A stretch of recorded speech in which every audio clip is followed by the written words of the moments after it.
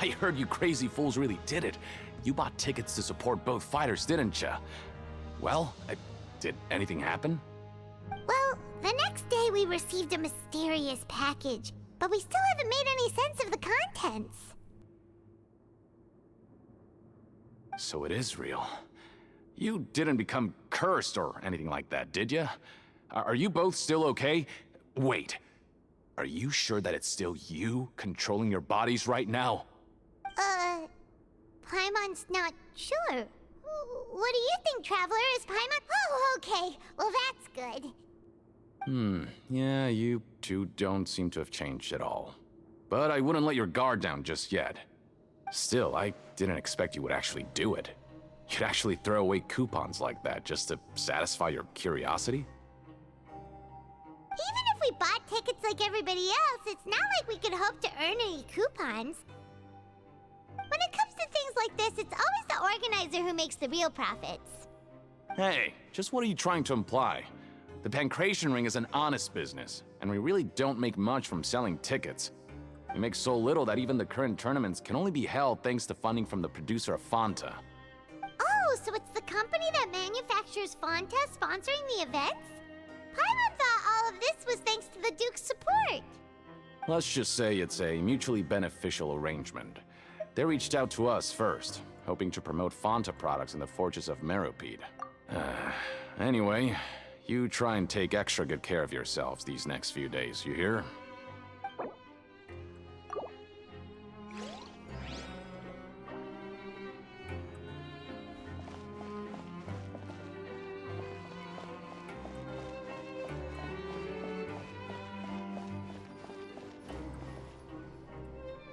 Hey, what are these papers scattered all over the ground? Are they registration forms or something? Maybe not. Every page has the Fontaco symbol on it. Maybe it's some flyers from the company. Okay. But if someone catches us, they could accuse us of trying to steal the company's secrets, Oh, you're right. Guess there's nothing to worry about then. Let Paimon have a look here. Without assistance from the Fontaine Research Institute, development of the new product has been slow, and some researchers on the project have voiced concerns. We have no choice but to let the new product undergo the first phase of promotional trials without a designated name or packaging. We will adjust the direction of future development according to feedback. We have decided to only conduct closed, small-scale trials for the time being. Sure doesn't seem like anything unusual. The company is just trying to develop some new products besides Fanta. But it sounds like things aren't going well at all. Let's put these papers back where we found them and make it look like nobody went through them. Okay, good. Time to show me what you got.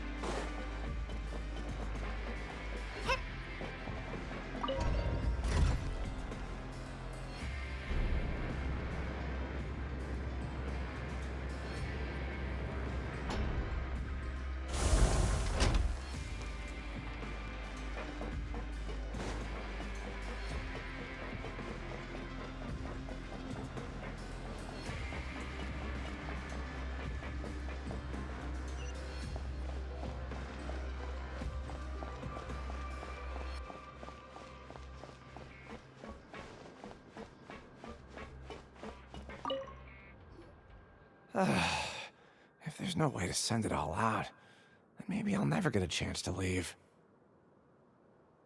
Who are you? We've never seen you before, and you don't look like a fellow convict.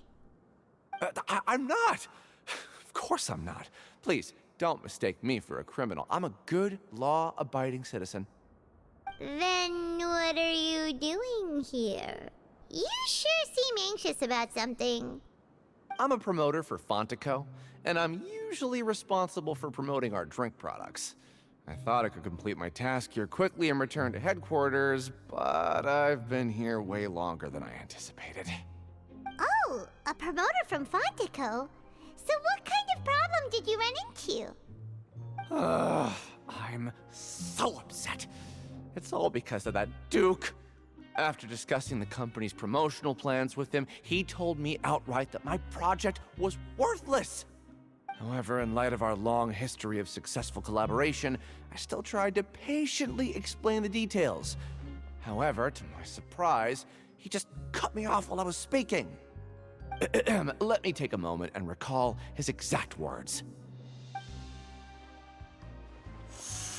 I'm just gonna stop you there and say no. If anything, I'm saving you time. It seems you don't fully understand the value of credit coupons here, nor do you understand the value of your own products. The former is because you are from the overworld. That's understandable, and I don't blame you for that. But as for the latter, only someone monumentally stupid, so breathtakingly stupid, that they were completely ignorant of the value of credit coupons, despite living in the underworld, would ever possibly consider buying your drink. Let's just forget it. Anyway, that's how he rejected my proposal and asked me to come up with another solution with the condition that it doesn't cause any trouble for him. Can you believe that guy? Well, he is the head honcho here. Not much you can do about that. We met him too and could tell that he's the kind of guy that's hard to pin down. Fine. I know I should just let it go. I'm on his turf after all. His house, his rules.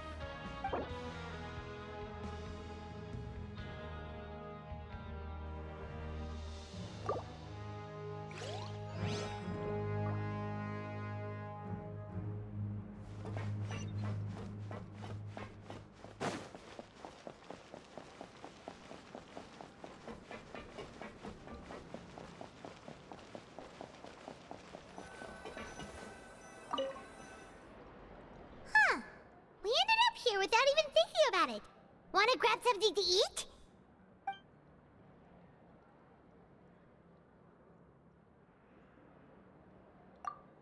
All right. But remember that we bought this time with coupons, so let's make better use of it next time.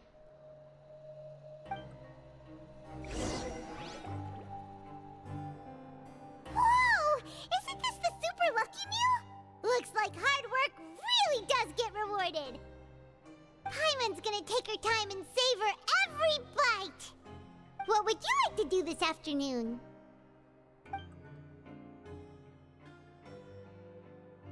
After working here so long, we're really starting to get the hang of it. But doing the same thing all the time can get old pretty quickly. How are you holding up? Yeah, it's good to kick back and relax once in a while.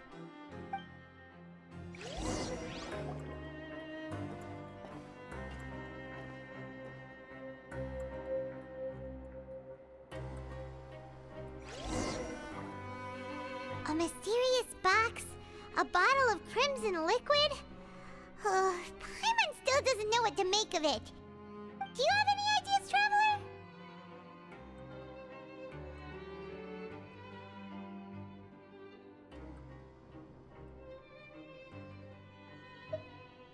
Really? Then it looks like that part of the investigation led us nowhere. Well, maybe we'll have better luck tomorrow. Good night, Traveler.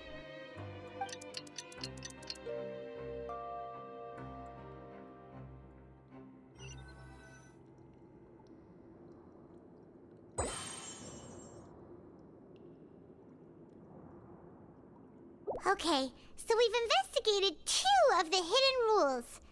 Paimon didn't think this prison would have so many weird things going on. We'd better pick up the pace with our investigation, otherwise we'll never get anywhere. Yeah, let's skip work for now and put our time to good use.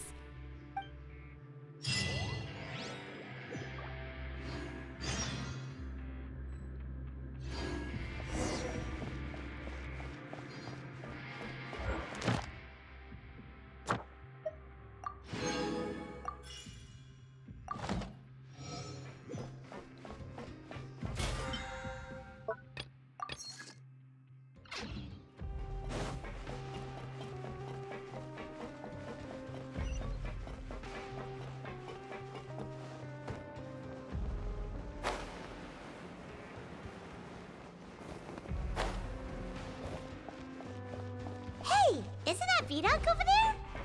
Huh.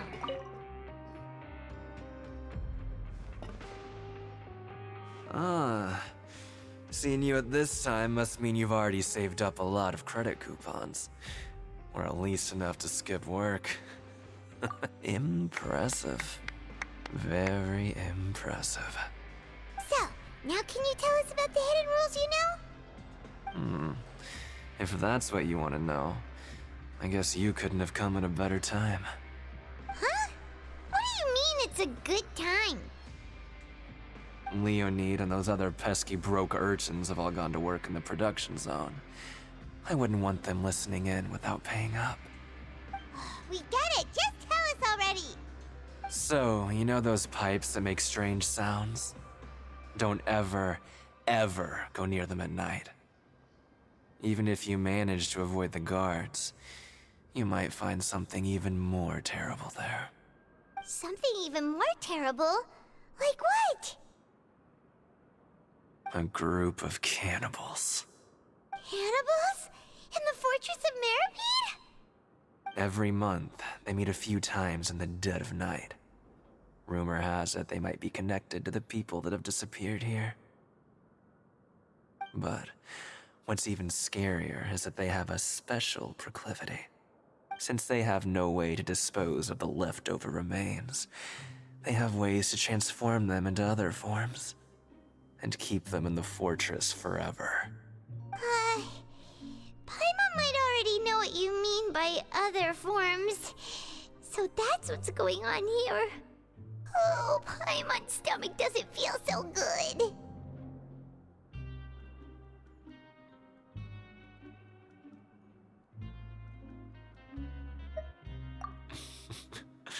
You two look pretty skeptical. No matter, learning the truth behind dark secrets isn't necessarily a good thing. I've got things to do too. I suggest you just act like I never told you anything. Traveler, can we just trust him on this one? Oh, Paimon doesn't want her blood and flesh entombed here for all eternity?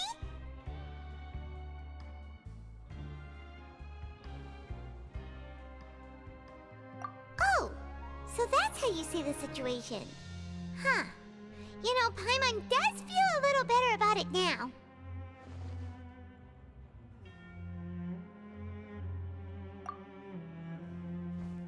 When will all the secrets end?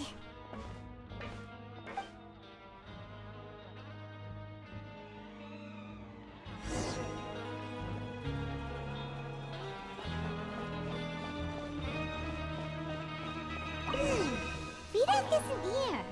But the guys who went to work in the morning are back. Let's go ask them! Just stay away from me.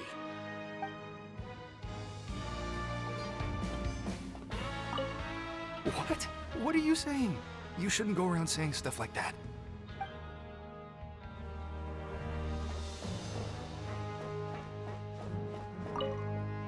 What are you talking about? Listen, you should keep your nose out of other people's business. Their attitude sure is suspicious. Like they're trying to avoid us. But if they're being so obvious about acting weirdly, do you think they might just be trying to lure us in? Oh, this is all getting way too creepy for Paimon. So you mean we still need to investigate some more? Okay, if you say so.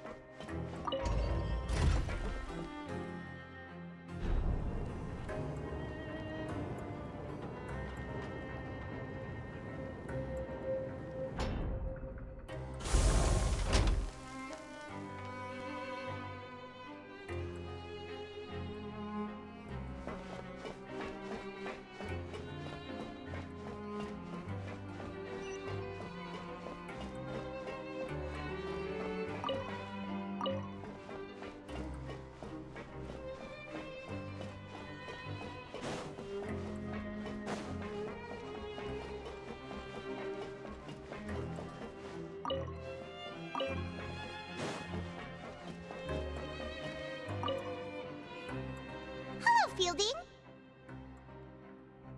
What do you want? Criminals like you ought to be working right now. Catch my drift. We just want to ask you a simple question. Have you ever discovered anything odd during your nighttime patrols? Why are you asking about something like that? Whatever happens at night isn't your concern. All you need to worry about is getting enough sleep.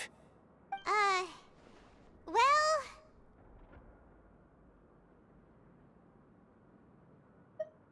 Right! We've heard it happens a few times every month. Paimon has sensitive ears, so it makes it hard to sleep. Really? I see. But it's not like I'm on duty every night. And now that you mention it, I recall my colleagues talking about something like that before. They say that strange things tend to happen at night on pipe cleaning days. Lots of us don't willingly take those shifts. So, what happens at night on pipe cleaning days? They just conduct regular cleaning of the fortress's drainage facilities. There are 3 pipe cleaning days per month, and it just so happens that today is one of the scheduled days. You can try to confirm the sounds tonight if you want, and if they're real, then I can report the issue to my superiors for you. Oh, okay. Then we'll keep both ears out tonight. If that's all, then I'll be leaving now. I advise you not to try anything funny, though. Even if I'm not on duty tonight, someone will still be watching you. Don't worry, we don't want any time added to our sentences. Oh, he left. So what do you think about the pipe cleaning days he mentioned? Right, both are a possibility. But Fielding did say that tonight is a cleaning night.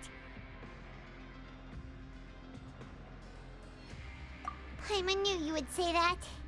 Alright, sounds like we'll be up all night tonight then. Paimon just hopes the guards don't catch us.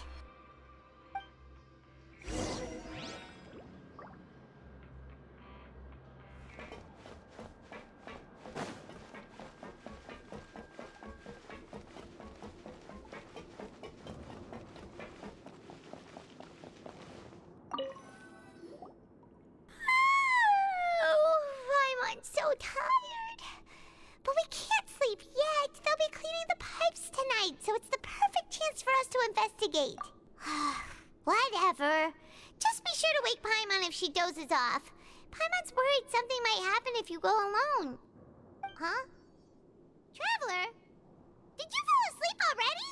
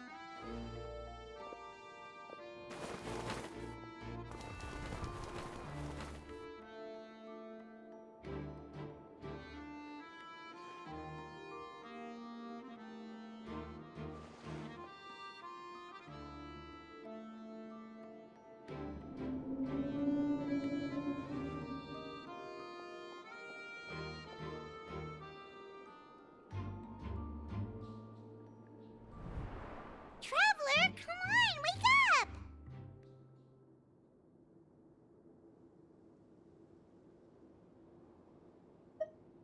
Oh, it looked like you were just peacefully sleeping to Paimon. Well, what did you see this time? Really? So we're finally starting to figure out what actually happened! But what about the cannibals? How do you explain them? Okay, well, it's about time for us to get moving. Just be careful to avoid the patrolling guards.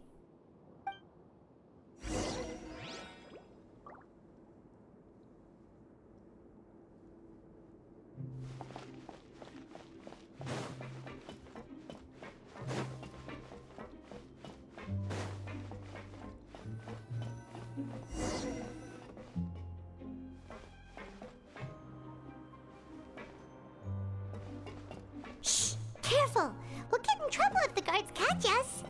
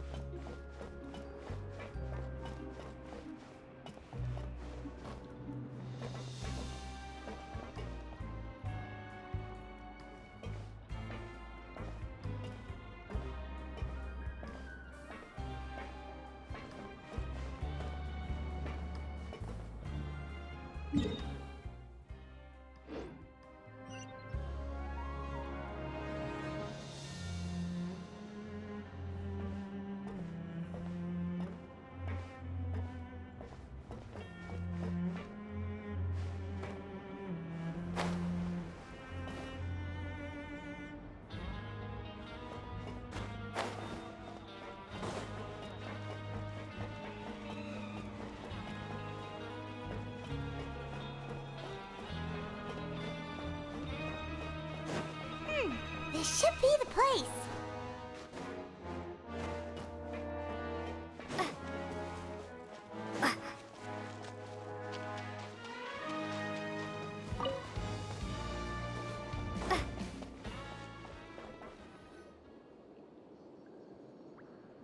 What? I know you. You were the ones we saw. Huh. You've got guts showing up here. You know who we are, right? You'd better leave now. Ain't nobody coming here to save. What you say? Yeah, so what if they were? If you push us, we can make those rumors a reality at any time. Hey, what's the point of all those rumors anyway? What exactly are you trying to do? I don't have to tell you anything. If you turn around, go back to the dormitories, and act like you never saw anything, then I'll pretend that you never showed up here. Yeah, scram. Nothing worth seeing here. Huh? What did you say? Isn't that exactly what Boss said when he left? Hey, do you know our boss? Whoa. We had no idea our boss was such a big deal. He always kept his identity a secret. So, did he have you come here to find us? Oh, so your child's crew here? Seems like he had no problem fitting in. We're the only ones who heard him say those words when he left that night. So unless he somehow told you those exact same words after that... All right. I guess that's proof enough for me. I believe you. Wow, those dreams of yours sure come in handy. We gave him the business for a while, and would always give him a hard time when he first came to the Fortress of Meripede. But here in the fortress, the strong will always earn respect. He was working the longest hours and racking up wins in the Pancration Ring. You could always see how amazing he was, even when he was teaching us a lesson. So eventually, we all decided to follow him. But one day, he suddenly told us that he had to find a way to escape this place, no matter the cost. He said it was because he heard that call again. And as his crew, if the boss wants something, then it's our job to get it done. So, we got to work, and used the hidden rules that were here to make up and spread the rumor about the cannibal rule. We just wanted to give him a better chance of escaping on a night after the pipes had been cleaned. Oh, thanks to your rumor, nobody would want to come anywhere near here, prisoner or guard. Wow, it sure is easy to exploit people's fear of the unknown. But has a child already escaped? Why are you all still coming here after pipe cleaning day? Because as far as we know, the pipe he went into isn't actually an exit. It should be a dead end. It leads to an abandoned factory area, and even if there were a way to escape from there into the sea, we're still way too deep. No one could ever reach the surface alive. But Boss still insisted on going in. It's like he was obsessed about it. So we told him that we'd pretend as if he never existed while he was gone. And that if he wanted to come back, he should wait for nighttime on a pipe cleaning day. That way, we could meet him here and help cover the whole thing up. So you come and wait here through the night a few times a month just because of that promise? Yeah, but it's been so long now. We already know in our hearts that he must have managed to escape somehow. Is it also possible that something unfortunate happened to him? Nothing could ever defeat Boss or slow him down. It's one thing we know for sure. Okay. Paimon was just brainstorming possibilities. All right. Keep quiet and follow us.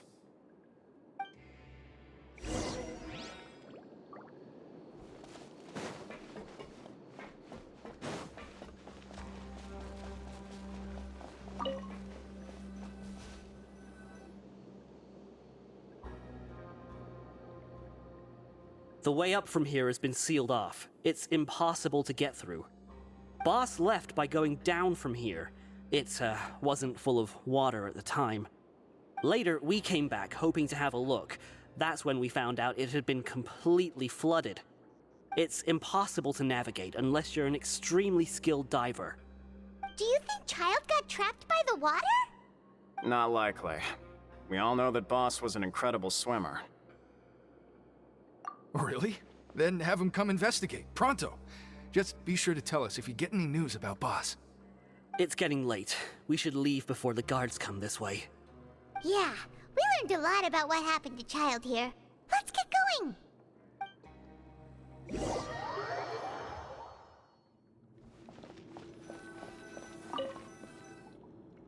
Whew. We finally learned some key information. Seems all of our investigative work has finally started to pay off.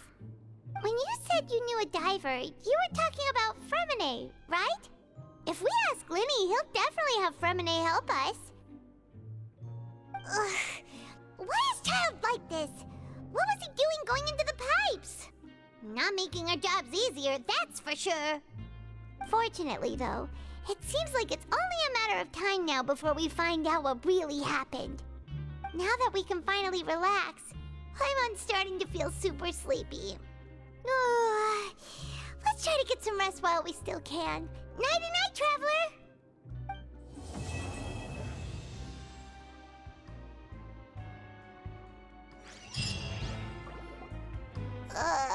It's morning already? Oh, Paimon still needs more sleep.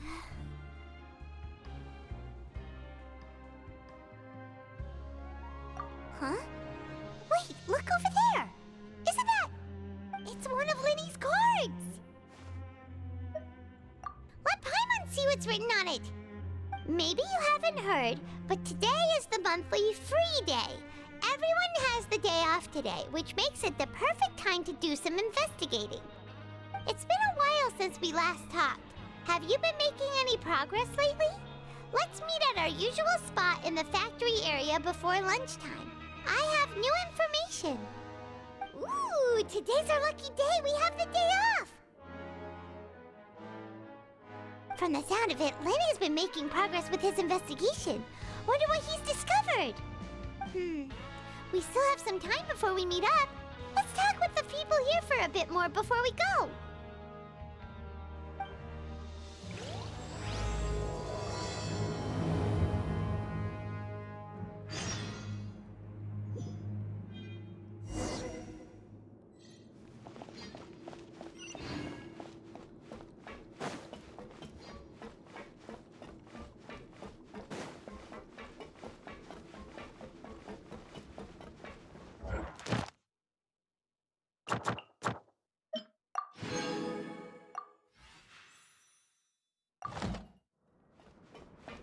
I just wish everyone could stay safe and healthy.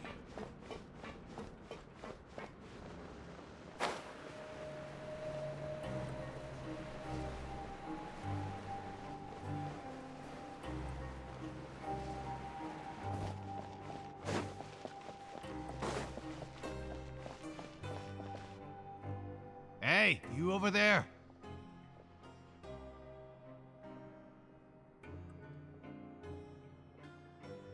Yeah, you! Say, do you like playing card games? You know, like Genius Invocation TCG?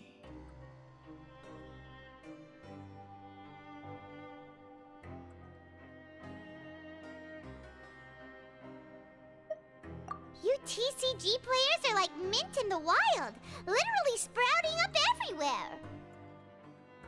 Hey, come on now. What's wrong with finding fellow Invocation aficionados? Anyway, care to join me for a game? All right. No pressure. But why would you be looking for people to play Genius Invocation in a place like this? Don't people usually come here to fight? Whether you're throwing down cards or throwing punches, it's all a competition, isn't it? It's all the same in my eyes. There are lots of card players here in the fortress. When I saw you, I immediately thought, hey, even outsiders from other nations play cards. So I came over to say hi.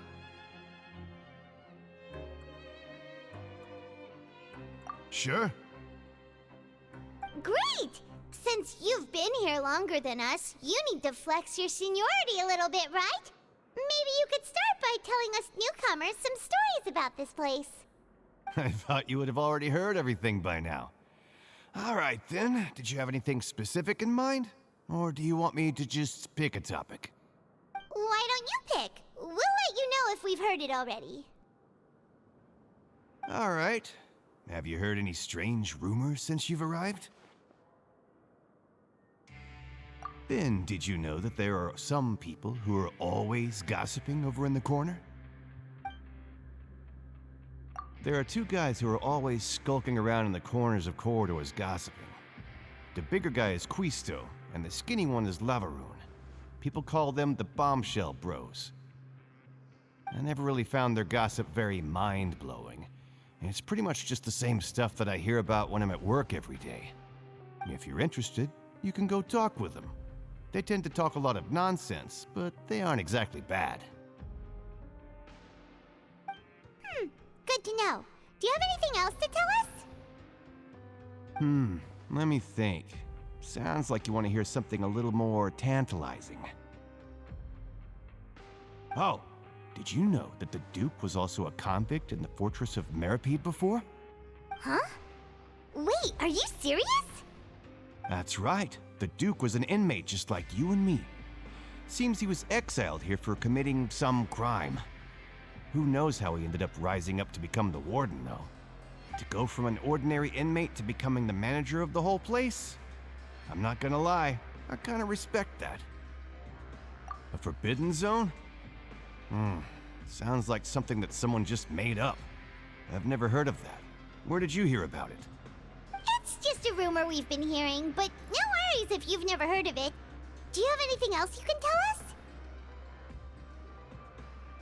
Anything else? Not that I can think of, but I'll be sure to tell you anything interesting I hear next time. You'll have to play a game of Genius Invocation with me first, though.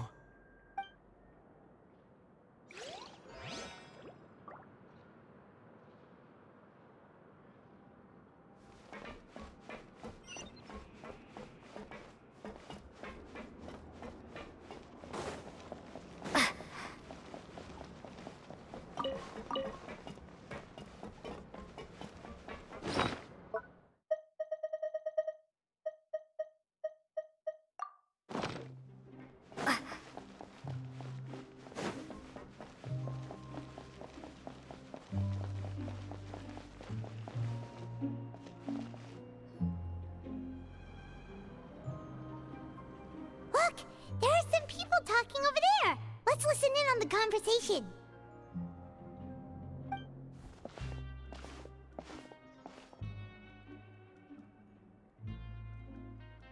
If you ask me, those pompous parasites on the surface act like they're all a bunch of aristocrats. Do any of them give half a hoot about a bunch of dogs like us? Hey, speak for yourself, mate. I'm no dog. Oh, you think you're special or something? If you're here, then you're just a convict like the rest of us. I've heard that even if you're released after serving your sentence, going back to life on the surface ain't any better. Once a criminal, always a criminal. We're marked for life.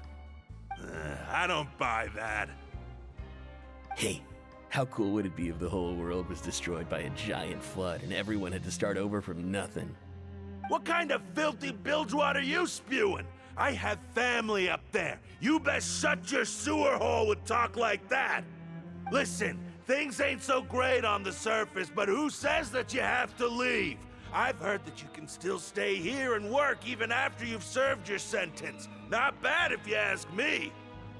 Who wants to live in the ruddy overworld anyway? And what makes you think they'd want to hire someone like you? It's one of the great mysteries of the universe, how someone as useless as you is so confident. Whoa. Sounds like they're really unhappy about the overworld. Speaking of which, Paimon never heard anyone use the words overworld or underworld when we were living up there. Is it only something the inmates down here say? That's true.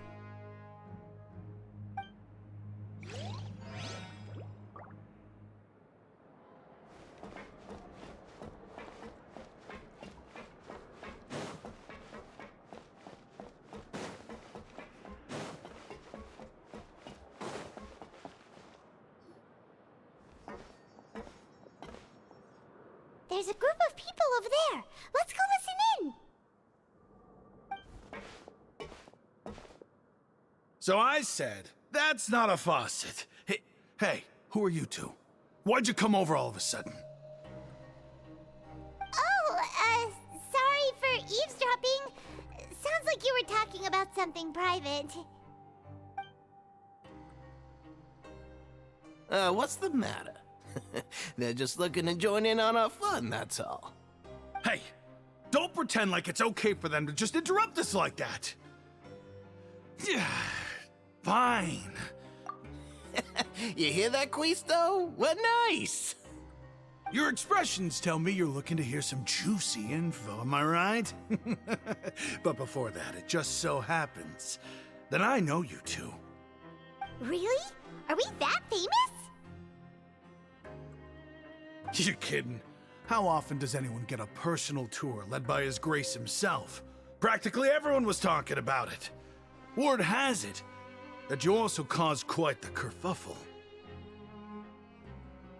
A little mistake, huh? I like the way you put it. You see, people with a good attitude can join our group anytime, unlike some of the others here. Your group? I'm Quisto, and this is Lavaroon. People usually call us the Bombshell Bros, but don't worry, we're not playing with bombs or anything. It's just that our information is always so explosive, and we blow minds on the regular. So, you two really like to gossip? Whew, you sure know how to embellish. No, you don't get it. Knowing intelligence will make things better for you here. For example, knowing who's working with whom, who has the latest rumors, who's not getting along. Wouldn't you like to know all that? Whoa, all this info's worth something, you know? You should prove you're worthy of it. I don't mind him. Quisto's always this way. Just play nice and say something to massage his ego.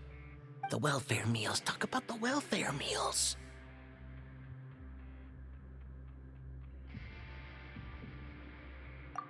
Right! That meal we had yesterday was super delicious. Paimon can still taste it whenever she closes her eyes. Is that so? To tell you the truth, I've been helping out with making those welfare meals. I've been working as a kitchen assistant for about a month and a half now. Oh, so you're the one who made those delicious steaks. Amazing! You could be a professional chef. You are correct. I am a true professional. In fact, I even went to culinary school. But enough about that. Since you like my cooking, I guess that means we share similar tastes. Listen carefully. This little bombshell will help you learn what's really going on here in the fortress.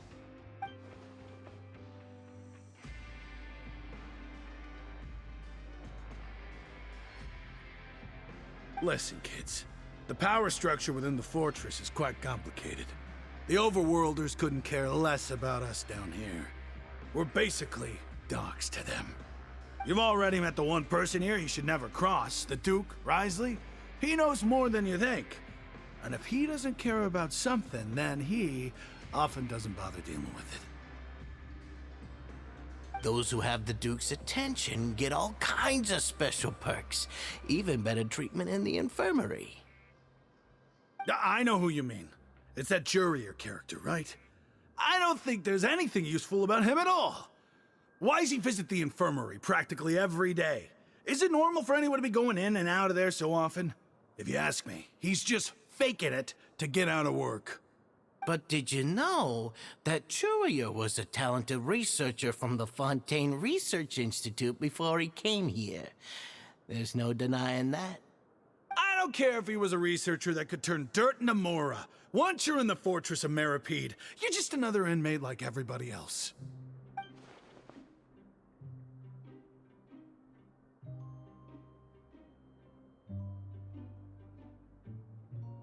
Speaking of which, the last time I saw him, he was passing by in the corridor with Lorvine.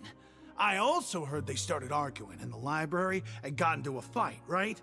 Guess that's just how terrible of a guy he is. You mean he hit a woman? Wow, I never imagined he was that bad. But that Lorvine's also quite the odd one, you know? She's always gabbing away, got into a fight with a man, and she also got sent to the infirmary. Come to think of it, I always see her going to the sick bay every couple of days, too. Huh. Wait a second. You don't think? Do you think could it be that they're secretly meeting there to go on dates? But it's really hard to imagine. After all, I do remember seeing Lorvine beat Jurier to a pulp that one time. And we might be overthinking things.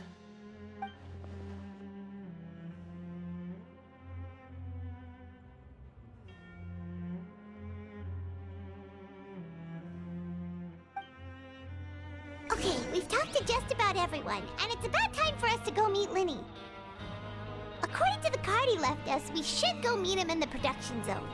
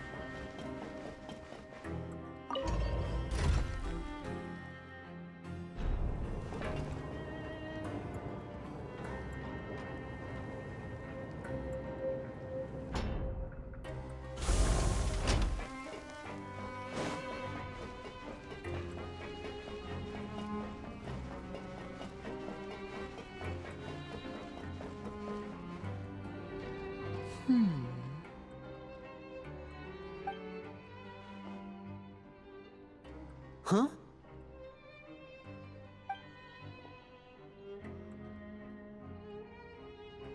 That look in your eyes. You found something? Hey, this is no time to be modest. Just tell him we found a boatload of information. Oh, As expected of the legendary duo, you have my full and undivided attention. Huh. I'd have never guessed that myself. The rumors swirling about this place are unreliable after all, and Master Child probably went missing because he found a way out. He is a harbinger after all. I suppose he's much more resourceful than I initially gave him credit for. Unfortunately, this isn't enough for our final report to Father. We need to find out Master Child's exact whereabouts. Father told me that even though Master Child said he was just coming to Fontaine for a vacation, he actually had some personal reasons. His agenda might be linked to his disappearance.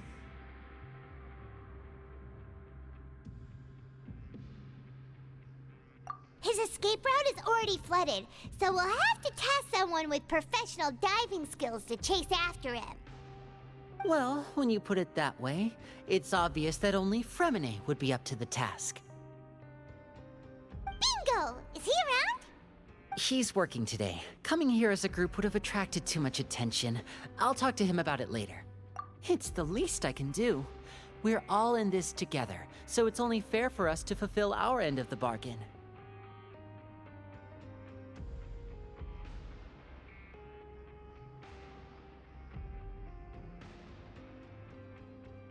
Honestly, I'm far more impressed by you guys managing to collect all this information right under Risley's watchful eyes.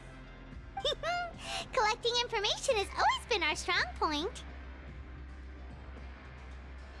Now, let me think. To find out more information, Fremine will have to retrace Master Child's original route. And if he's to do that, he'll have to set out on the next pipe cleaning day at the earliest. That's 6 days from now. And after that, he'll probably take another 2 or 3 days to return. You can even estimate how long it'll take for him to get back? We've been working together for a long time. We know each other's capabilities like the backs of our hands. Traveler, what say you to meeting here 9 days from now? We'll be able to pick up Fremine while we're at it, too.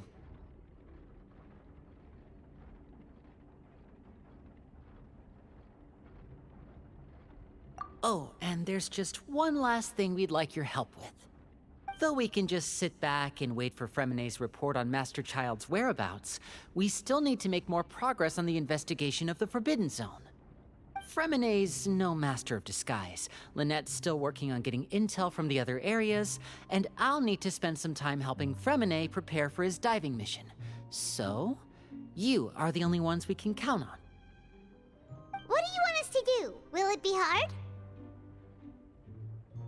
Well, I won't call it easy per se, but I think you'll be able to pull it off. Listen carefully. You'll need to find an excuse to get into the infirmary and investigate the room and environs. You've mentioned several sketchy-looking people always meeting at the infirmary earlier, so it probably has something to do with the secret we're hoping to uncover. You've already met the head nurse, so she'll be less suspicious of you. Investigate the internal structure of the infirmary and any active dealings within, and pass those on to me alongside anything else you're able to discover. But also, there's no need to take risks. Don't forget, safety always comes first.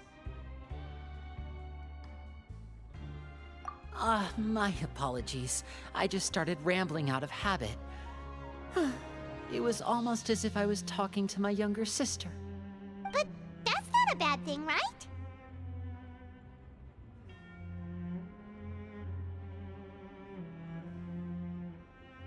All right, then we'll head out as soon as we finish our prep. Let's go our separate ways for now, then. Don't forget, we meet here again in 9 days. Stay safe.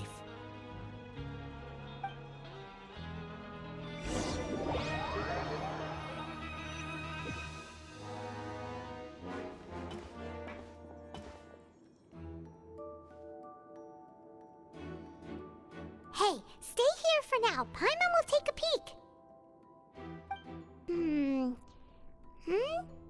There seem to be several people inside.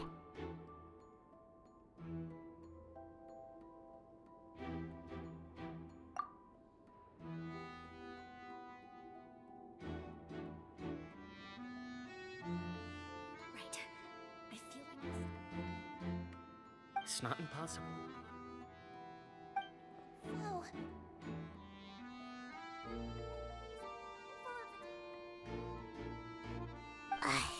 It's a bit hard to understand them from here, so why don't we just try to talk to them in person? Let's go as soon as you're ready.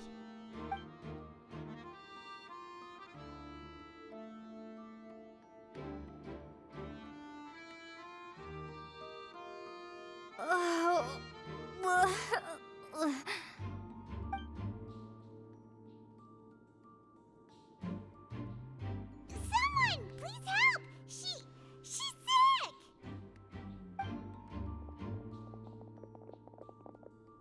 Whoa, are you okay? Oh my! What's wrong, little one? There's no need to panic.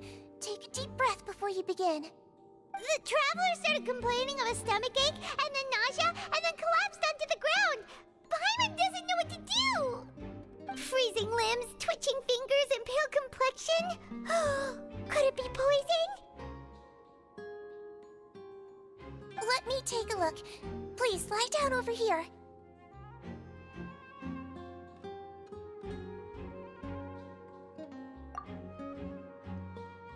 Don't worry, I'll get you to the bed safely. Here, hold on to my shoulder and walk slowly.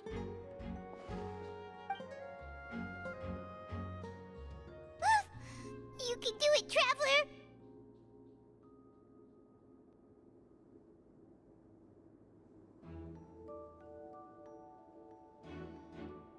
Don't apologize. You're sick after all. Now, please relax. I'm just going to do a preliminary checkup on you.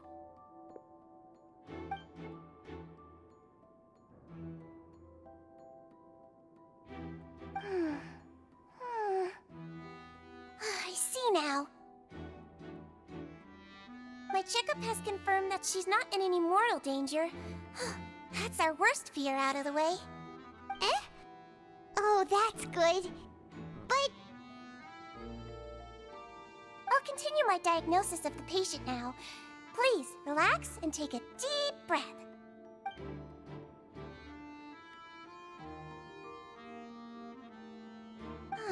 Don't sense serious damage to your organs either. Does it hurt when I press here?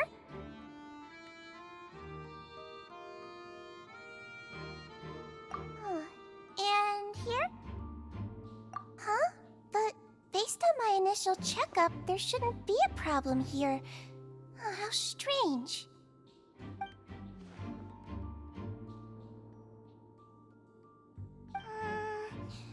What about here? Does this hurt? Oh. I understand. So that's what it is. I think you just ate something that disagreed with you. That's all. Nothing too serious. Outside of a pretty bad stomachache when it decides to act up. So that's what it is. Thank goodness it's not anything more serious. And there have been other inmates complaining about the food recently. I'll inform our head chef, Mr. Woolsey, of this problem as soon as possible. Congratulations! The health risk is incredibly low, so you should recover within a couple days. Why don't you take a rest here while I go get some medicine for you? Miss Levine, I'll have to trouble you to help me look after this new patient while I'm gone. Very well. And she hopped away, just like that.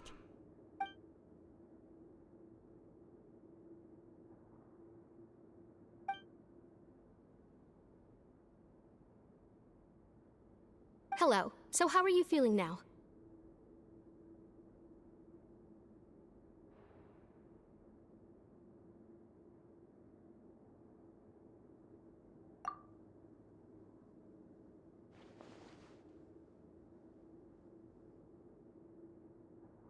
Her stomach ache's really bad. She was stumbling about the whole way here, so Paimon's really worried. If Miss Sijuin says it's not a serious problem, then there's no need to worry. She's the best medic we've got down here. But it also looks like she's the only medic you've got down here. Well, that's true. What do you mean, that's true? That's really misrepresenting the situation. Of course I can't speak for the whole fortress, but it's not like everyone imprisoned here is useless, you know? Though they may have committed crimes and gotten locked up here as a result, they still know a thing or two about medicine, and they help Miss Sishuin take care of the sick and injured. Yeah, you're right. But did you have to lecture me about it in front of another patient? Aren't you a patient too? Where did all your energy come from? That's correct. Sorry, I got a bit ahead of myself. Are you two also sick? We've been sick a while. I come back every once in a while for checkups, and to pick up the medicines Miss Sijween prescribes for us. That's just the nature of chronic illnesses. As for her... you could say she fancies herself as Miss Sijween's capable helper because she learned a bit of medical knowledge ages ago. Please watch your mouth, Mr. Jurier. Don't forget that you are the primary reason I have frequent heart palpitations. Hey, don't start arguing now! Please, keep it civil at least!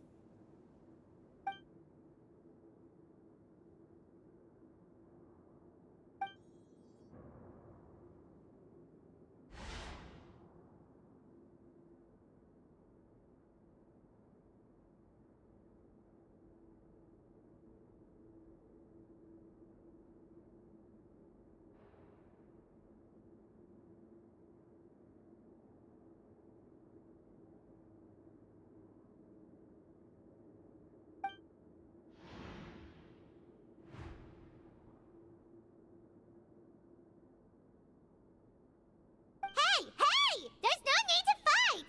Everyone will be released someday, so there's no need to argue over silly things like this! But... Release. It's way too early for us to even think about that. And who the heck knows if we'd even be able to continue our previous lives?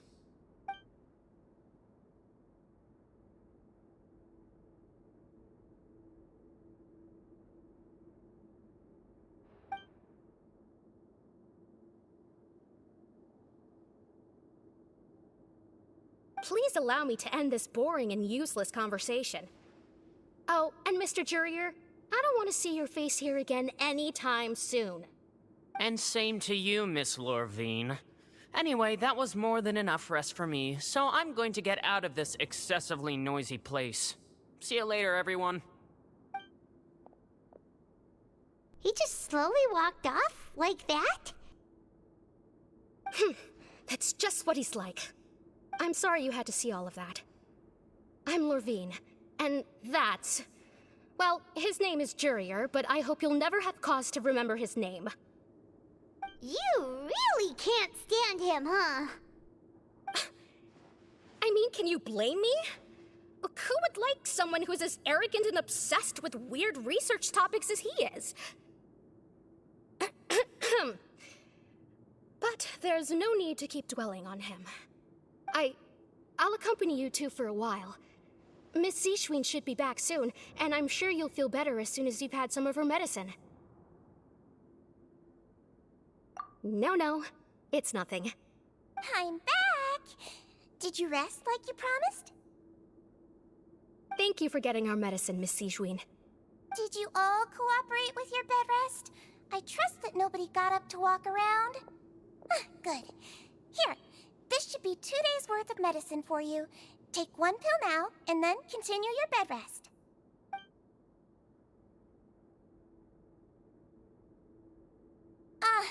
Miss Lorvine, I left in a bit of a hurry just now. Do you still remember if we discussed the color of the pill that you should be taking today? I remember. You said it should be yellow.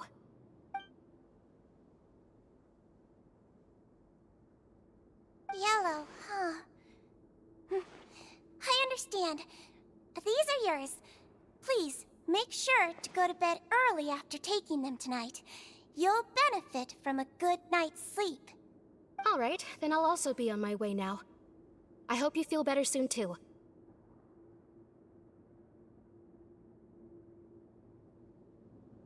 See ya! I'm going to fill out your medical record now. You're widely known as the Traveler, right? I just want to double check a few details, if that's all right with you. Those two made quite the commotion just now, so why don't we let the traveler rest? Paimon can answer the questions instead.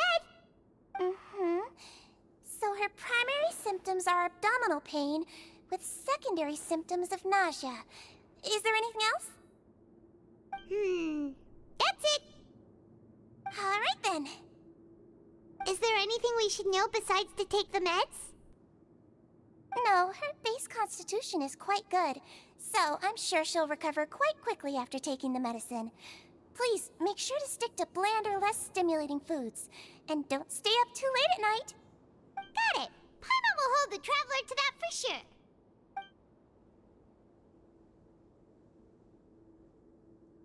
Oh, you're going to take a nap already? Okay then, you get some rest.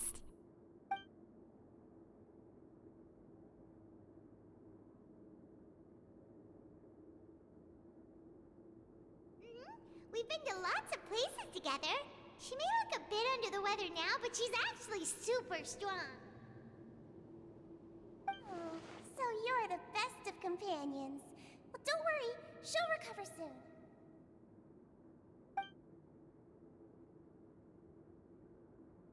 Ah, you're awake. How do you feel? You slept for a really long time, but we never left. Well, now you can go back without a worry in the world.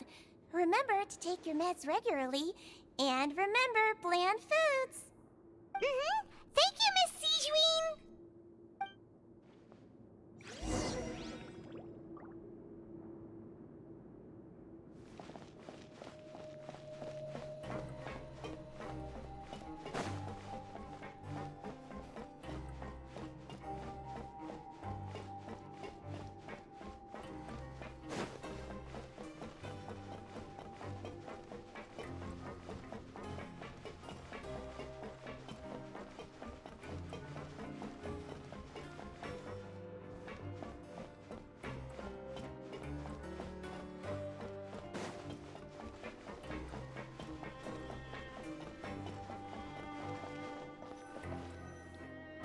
You really are something. To be able to fall asleep like that and even sleep talk the entire time, you scared Paimon half to death!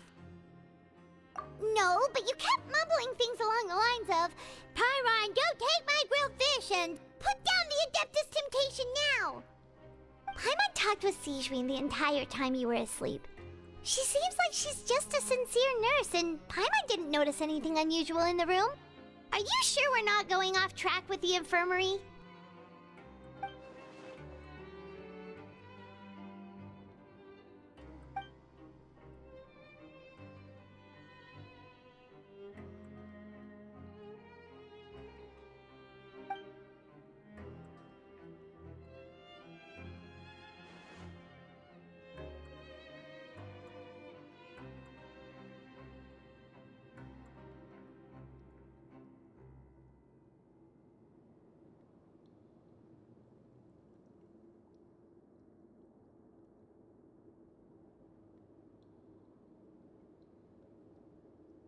Whoa! You really are super thorough. All those tiny little suspicious things that Paimon didn't even pick up on. We've got to give the info to Linny.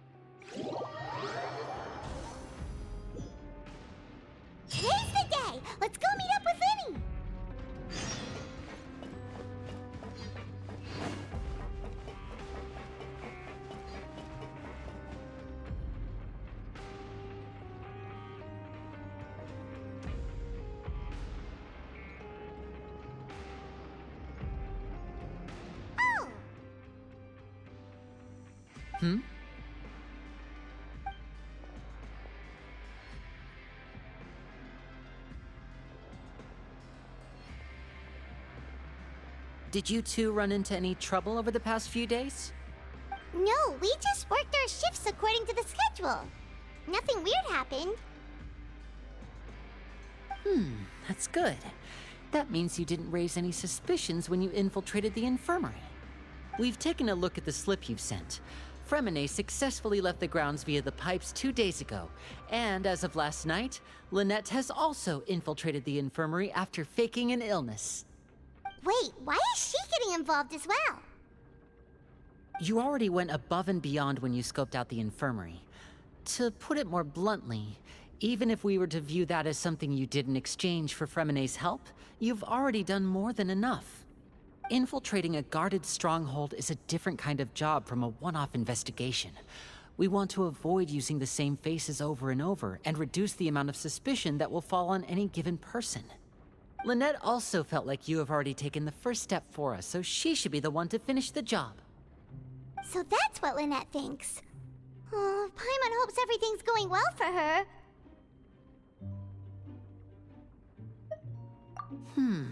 Perhaps that's true. You're both very good people, and we've come to appreciate that more than anyone else. Unfortunately, there's still one thing that could get between us, lest you've forgotten. The matter of our respective loyalties. You've mentioned before that you've had some run-ins with the Fatui. I can understand that feeling, so I assume you're just helping us out of the kindness of your hearts? Well, everyone could use some more friends. We'll be counting on you to help us in the future, too. Since I see you as friends, then it's even more important for us to protect you from any peril. Fremine and Lynette feel the same way. Glad to hear it. Then, let's go check on Lynette before Fremine returns. If everything went well, then she should be wrapping up her investigation right about now. Is now really a good time to go over? According to my observations, Sigewinne always spends around half an hour away from the infirmary right before lunch. Lynette knows this as well, so this should be a good time to meet up with her.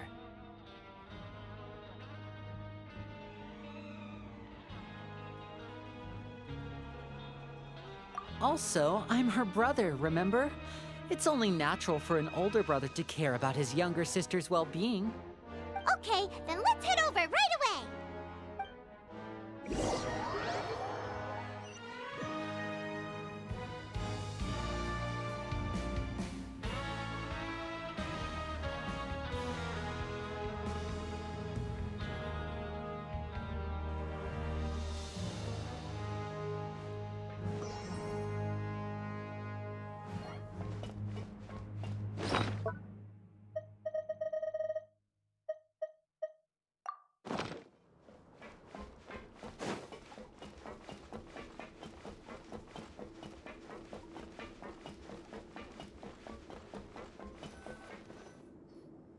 Lynette should be here right now. Huh. Strange. Lynette? As expected, Sigewinne isn't here, but why isn't Lynette here? No, Lynette rarely deviates from the plan. We agreed that if she were to make changes on the fly, she'd find a way to let me know. Unless... Let's see if there are any clues around here. We can look while we wait for her. Who knows? Maybe she'll be back soon. Okay.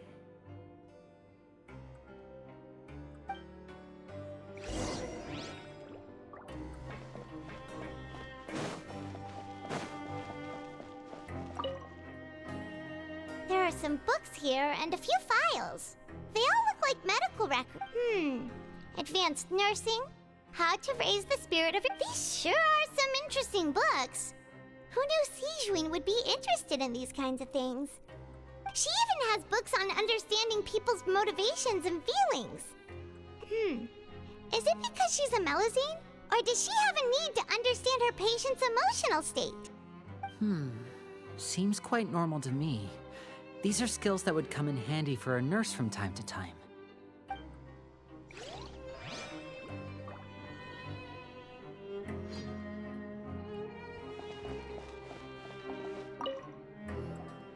None of the beds have any signs of having been slept in.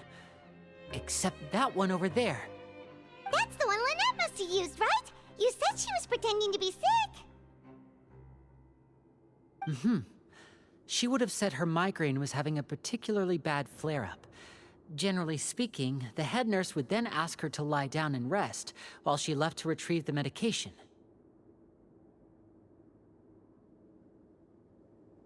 Which means, either the head nurse didn't return the entire time from when Lynette laid down up until she left the bed, or the nurse intentionally left it this way.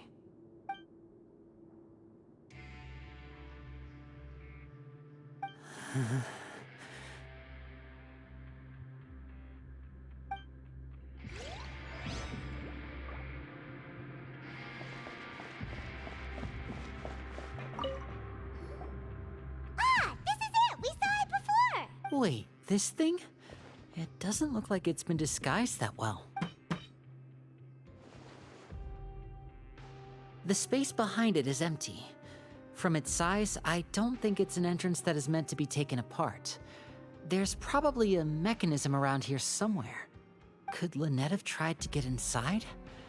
But if that's the case, she would have contacted me for sure.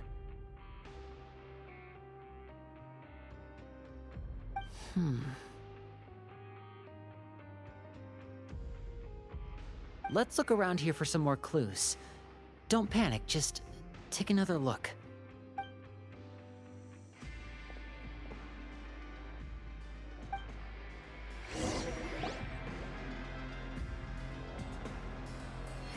Hey, you guys, there's a slip of paper over here! A slip of paper? It's right over here, and there's a bunch written on it too.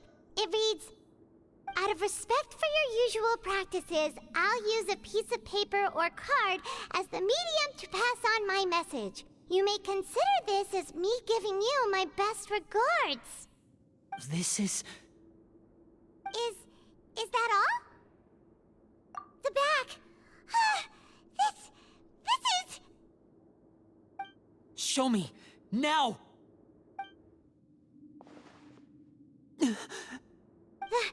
That look on your face. Paimon's reading it now. Would you care to guess where Miss Lynette of the Fatui could be right now? No. Could she have... Is she already... Writhsley. Did he deliberately leave the infirmary unguarded to use it as bait? Wait, you mean he was aware of our goals from the very beginning? But why? We didn't run into any trouble last time, and he also... Yes, that is a crucial question. Writhsley, he doesn't do anything without a clear goal or reason. So this means he had no concerns about your activities from the very beginning. You're not from the same camp as us. You were sent down here by Nervulet, so you have no conflict of interest with Writhsley. We're a completely different story, though. I'd like to know that, too. Why did he only go after her? Don't panic, just think everything over. I have to stay calm. This is not like what happened last time. The situation's different now.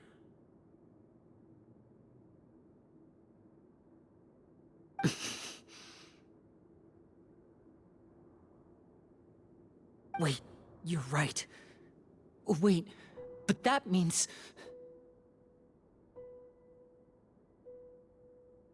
The fact that Fremine was able to leave the grounds, could Writhsley have let him go as well? But what does he gain by letting Fremine leave like that?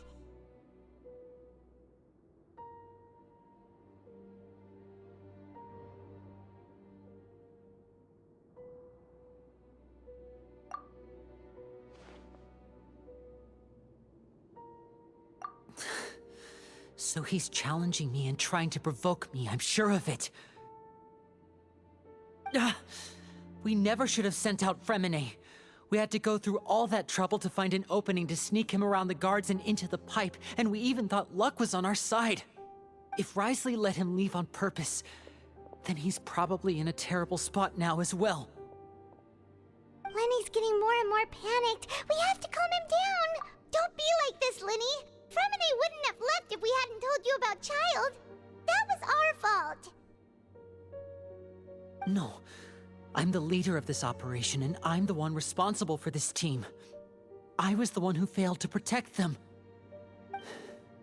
I'll go talk to Risley. Hey, don't be reckless! Traveler, please talk some sense into him! I simply cannot allow Lynette to be abducted again. I have to go. I'll find a way to get them back! He's rushed out the door! After him!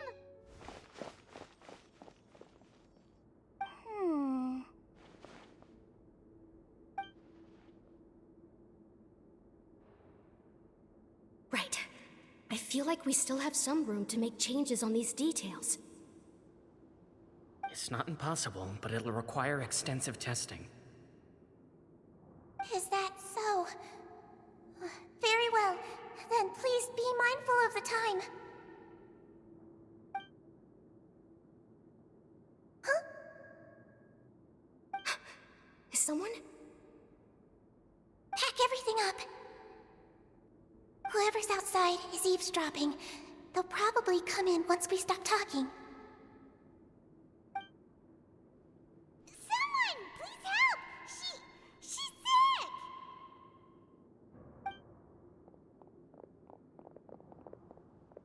Whoa, are you okay? These two. As expected, they've already found this place. Oh, they are quite sharp. What a delightful turn of events.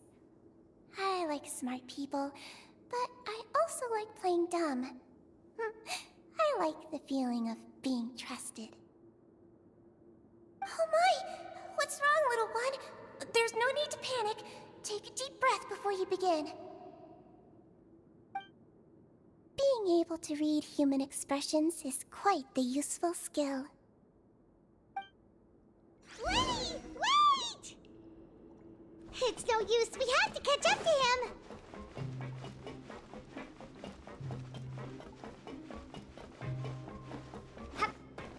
He's already out of sight. How is he so fast? Let's go head him off at Risley's office.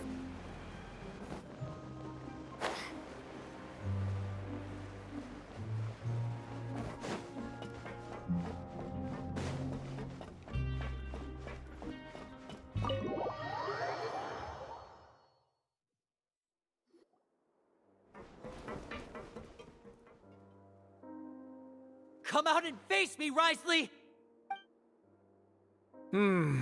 Aren't we at an administrative office space? Why don't you at least try to follow even a couple rules from the fortress's indoor management regulations? What did you do to my sister? I ran into the young miss at the infirmary.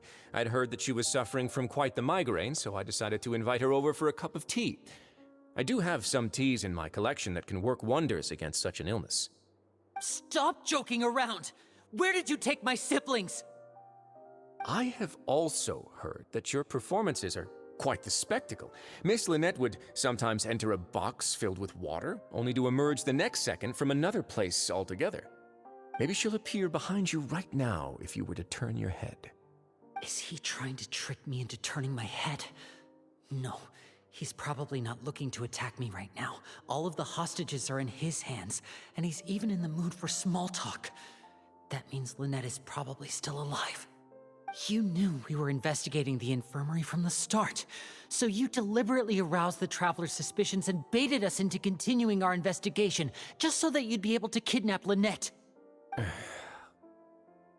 As for Fremine, no, you probably didn't even interfere with Child's escape. You let him go, so you could purge the Fatui members that we had planted into your ranks. There was no need to do so. The Fortress of Meripede is a pretty pleasant place. Most people enjoy their lives here. The only ones who act differently are those with personal agendas. It was quite easy to identify your colleagues. You removed our original members and spread the news of Child's escape so Father would assign our team to come down and investigate. Fremine has also fallen into your hands, right? If you're oh so omnipotent and so in control, why would you need hostages? One correction. Lynette is in my hands right now, but Fremine is not. He's not? What do you really want? Lenny! Oh, wonderful.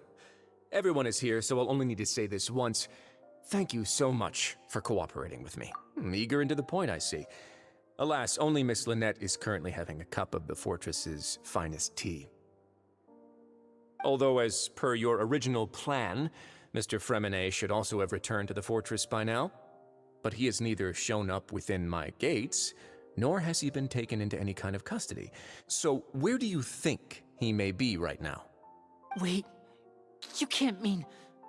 You locked him outside in the sea?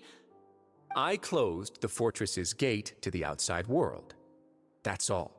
Fremenet's a star diver, so he should be fine, right? No, we're still here, so he definitely tried to find a way to come back for us. So we can't assume he might have made a break for the surface. But why would I do this, you may be asking? To have an audience with you, of course. My intel tells me that Mr. Linney is a great magician, so it's only natural for me to want to have some cards of my own when it comes to negotiating. Besides, I do recall you mentioning to Miss Lynette that you've always wanted to have a face-to-face meeting with the Lord of the Fortress of Meripede, regardless of whether it was in a personal or a professional capacity. Well, you got your wish.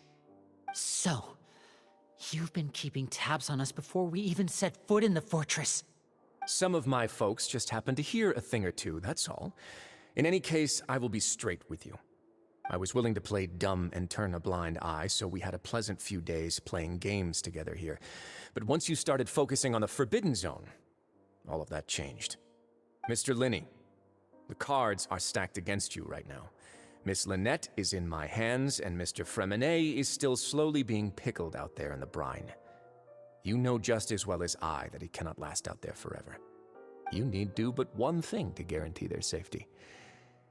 I would like you to contact your superior, and ideally invite her over for a cup of tea with me. You want to see Father? But why should she bother giving you an audience? Well, if she cares for the well-being of her dearest children, she should have plenty of motivation to join me for a parents' evening.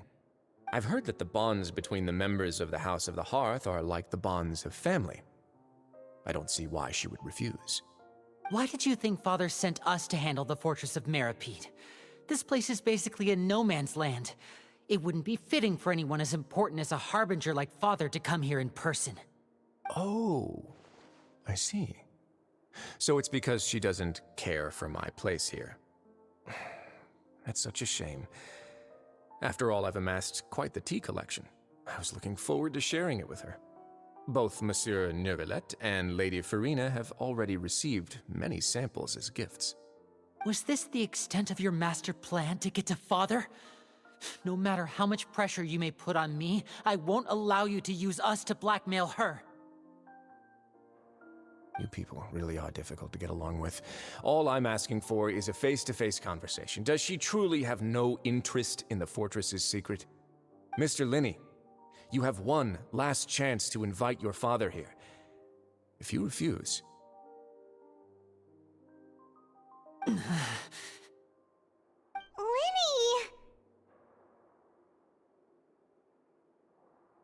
Instead of asking why I'm doing this, why don't you try to see things from my perspective for a second?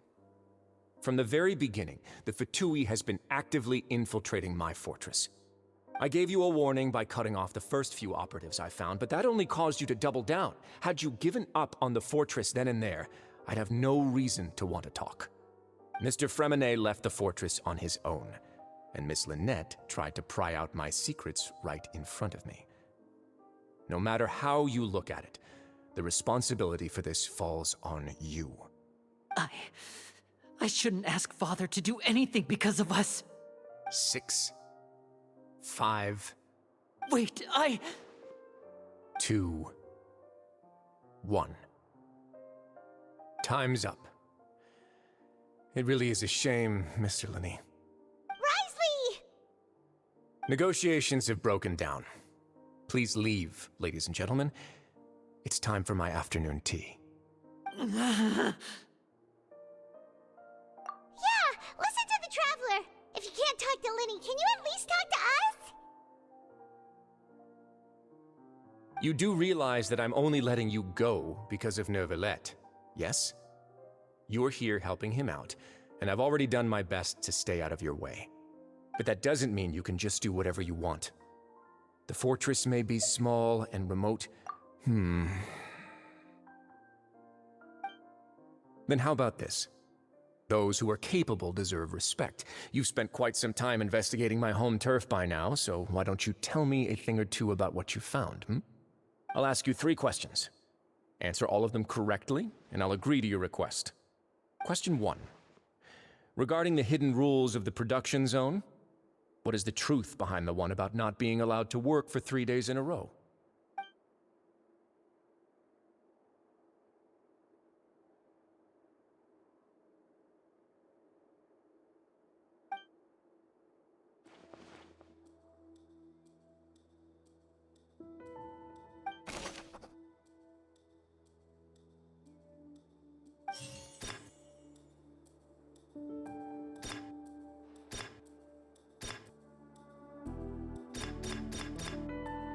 According to Collins, the Pancration tournament only took place because the Fanta company sponsored it.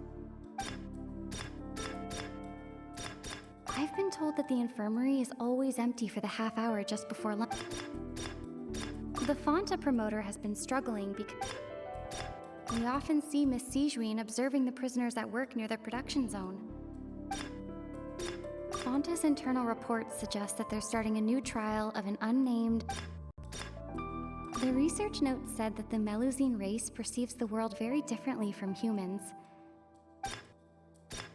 According to Collins, the Pancration tournament only took place because the Fanta company sponsored it.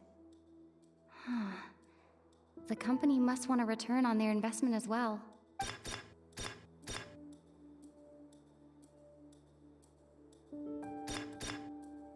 I've been told that the infirmary is always empty for the half hour just before... The Fanta promoter has been struggling.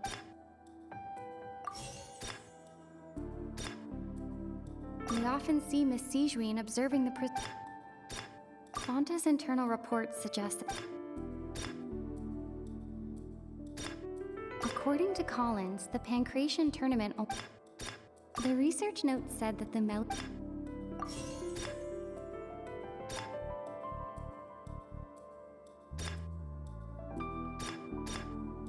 I've been told that the infirmary is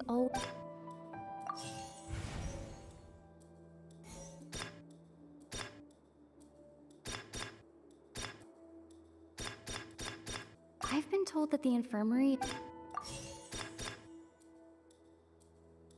We often see Miss Sijuin observing the... The research note said that the Melusine...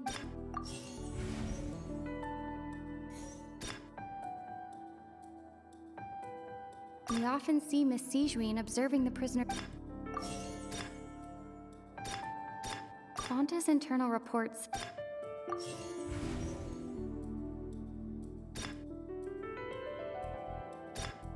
The Fanta promoter has been struggling. I've been told that the infirmary is...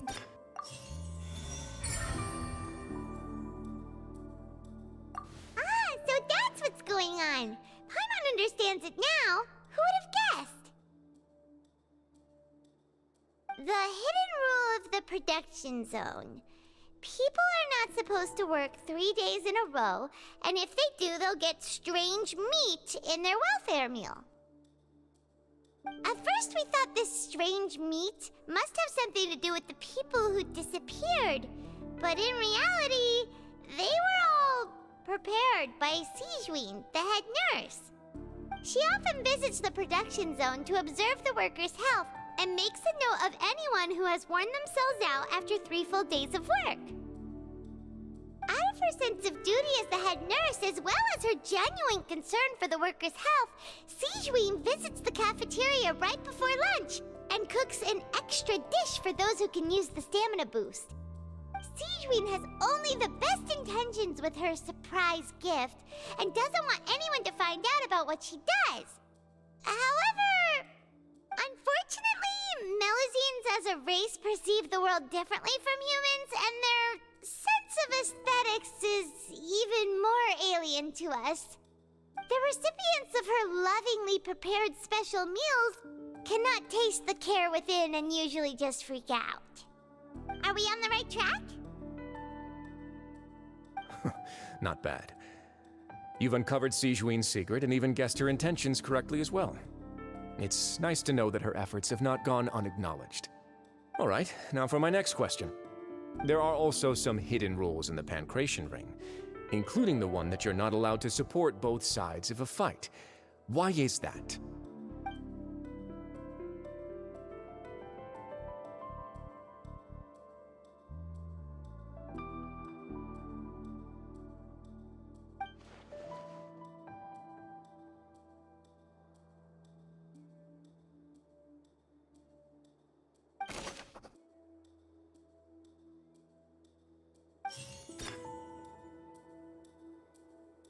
Fonta's internal reports. The Fonta promoter has been struggling. According to Collins, the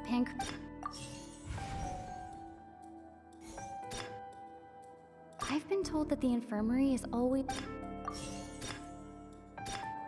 Fonta's internal reports suggest. The research notes said that we often see Miss Sijuin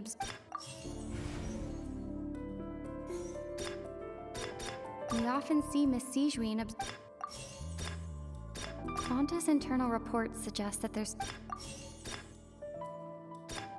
The research notes said that the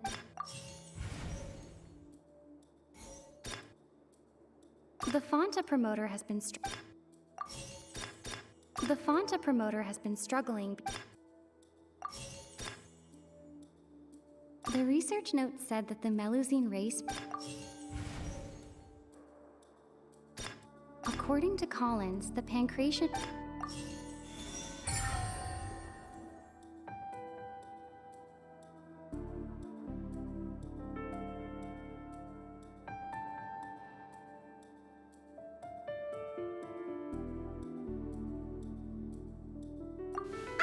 Paimon gets this rule too now, so there really was nothing to be afraid of. That hidden rule of the Pancration Ring is about how, people are not supposed to bet on both boxers at the same time. And if they do, they'll receive a package containing a strange, blood-colored liquid.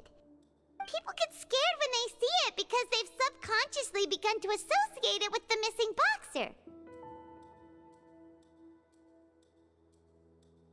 But really, it's just a bottle of the latest yet-to-be-named and packaged new Fonta trial product. A blood-red drink. It's no wonder even Fonta's own staff were questioning the company's decision-making. The company, facing backlash from its own staff, decided to try to trial the product on a smaller scale to see how it might be received by customers. They came to the Fortress of Meropide and offered to sponsor the Pancration tournament so they could push their new product. But the Duke completely refused to even entertain the idea. The Duke, knowing how valuable coupons are in the fortress, knew that only total idiots who didn't understand their true value would bother buying a Fonta product here. And so, only those who proved their stupidity by being dumb enough to bet on two opposing sides of the same match were selected to receive the drinks. I acknowledge the effort you've put into bringing the truth of this mystery to light. Although, based on your description, that Fonta promoter is a bit too careless with his words, I may just reconsider my collaboration with the company. All right, and here's the final question. What's the secret behind our head nurse and all of her patients in the infirmary?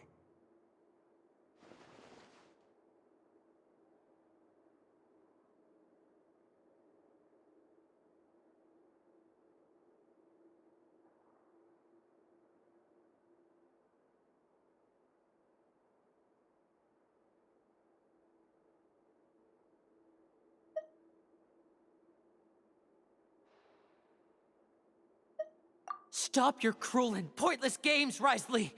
You know that we haven't finished our investigation, so there's no way we can answer the last question. The thought of sparing Lynette and Fremine never even crossed your mind!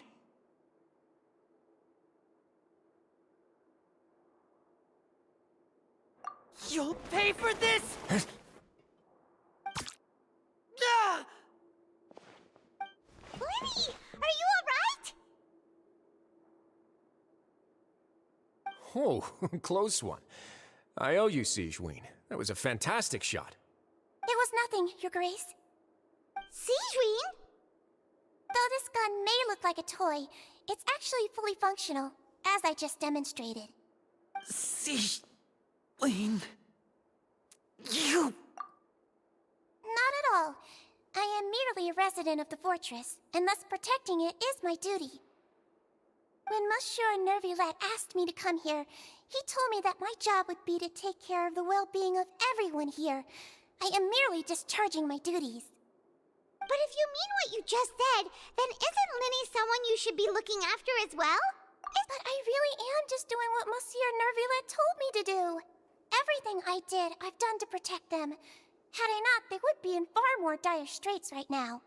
His Grace knows it too, right? Your Grace? Mind proving my innocence to them? My dear Sigeween, whatever shall I do with you? Would it have killed you to just wait another minute or two? Well, it's nearly time after all.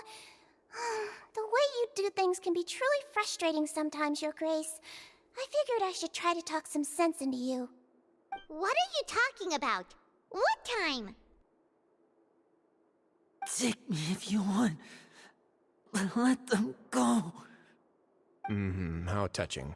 Can you just give me one more minute? Don't be like that, Your Grace. All right, everyone, calm down. 2 more visitors will be arriving any time now. I'll go get a cup of tea. Miss Sigeween, I leave Miss Lynette in your care. You... What are you doing? I believe I hear footsteps.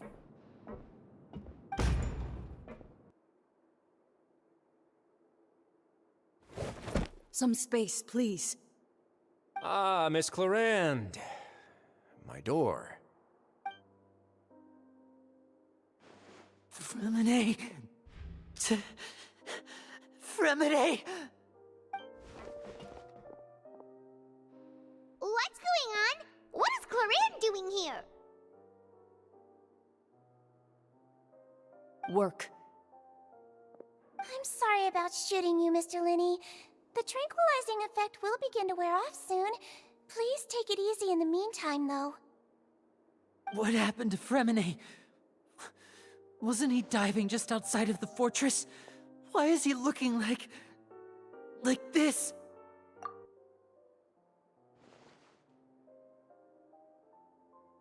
A flushed face, an accelerated pulse. He must have consumed primordial seawater. What did you say? Please, make some space. I'll need to give Mr. Fremine a more thorough checkup. Your Grace, I'll leave the rest to you. I'll talk to Clarande while you get Fremine to where he needs to be. Everything else can wait.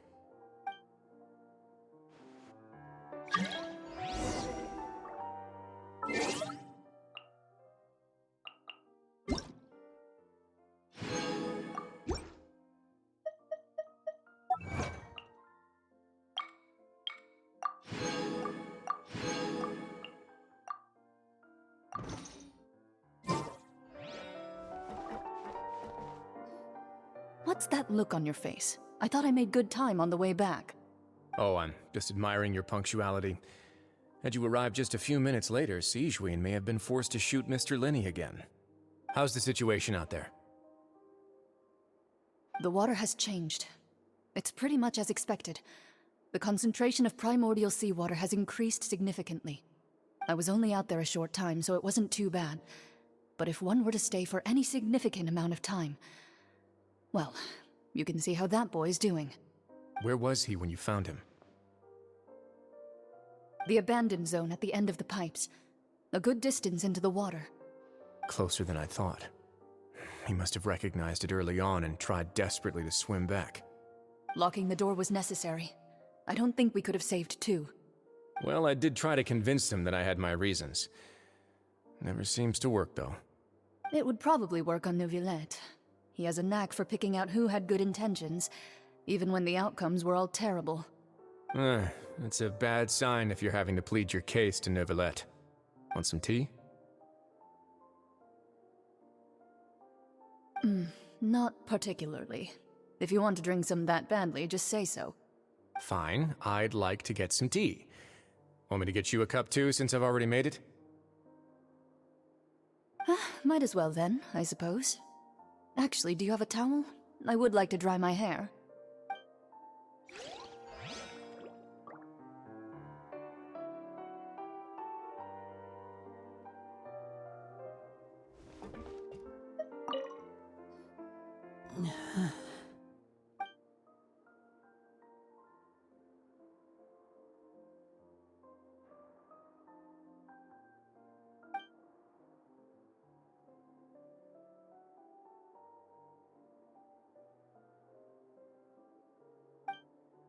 How is he? These symptoms are probably caused by an acute ingestion of a large amount of primordial seawater. Still, his condition is not critical. Of course, it would be best if he stayed for further observation. Let's leave him here for now, and move him to the infirmary once he's recovered a bit more. Sorry. I am aware that the infirmary may not be your favorite place in the world at the moment. We do only have a single clinic in the fortress, however. Why would he ingest a large amount of primordial seawater after leaving the fortress? How could that possibly happen? Please, look after Mr. Fremine for the moment. I'll go fetch some medicine and a respirator. Oh, I'll bring Miss Lynette back with me. Where is she? How is she right now? Oh, she just took a nap in an empty room after I tranquilized her. If my calculations are correct, she should also be waking up right around now. You might not believe me, but His Grace and I actually made some snacks and tea for her.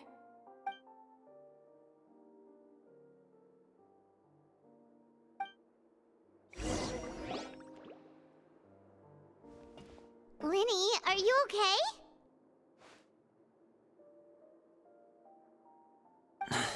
I'll be fine. They're all here now. Don't worry about me. Are you sure? You don't look all right. My hands and feet are still a bit weak, but that's probably just the residual effects of the tranquilizer shot. I'm back, everyone. Lenny! Oh, Traveler, Paimon, you're here too. Fremine? Is he... He'll be fine. But for now, please help me lift him up.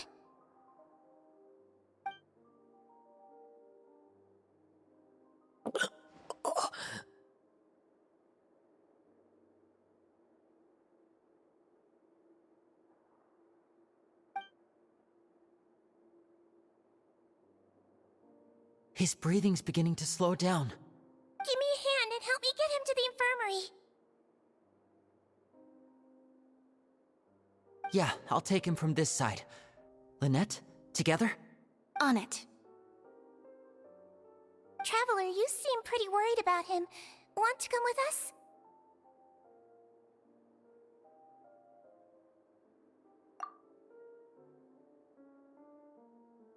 The Duke and Clarande are gone. They probably went to get some tea. The Duke will explain the truth in just a bit. Miss Clarande will need a break, since she only just returned from rescuing Fremine out of the sea.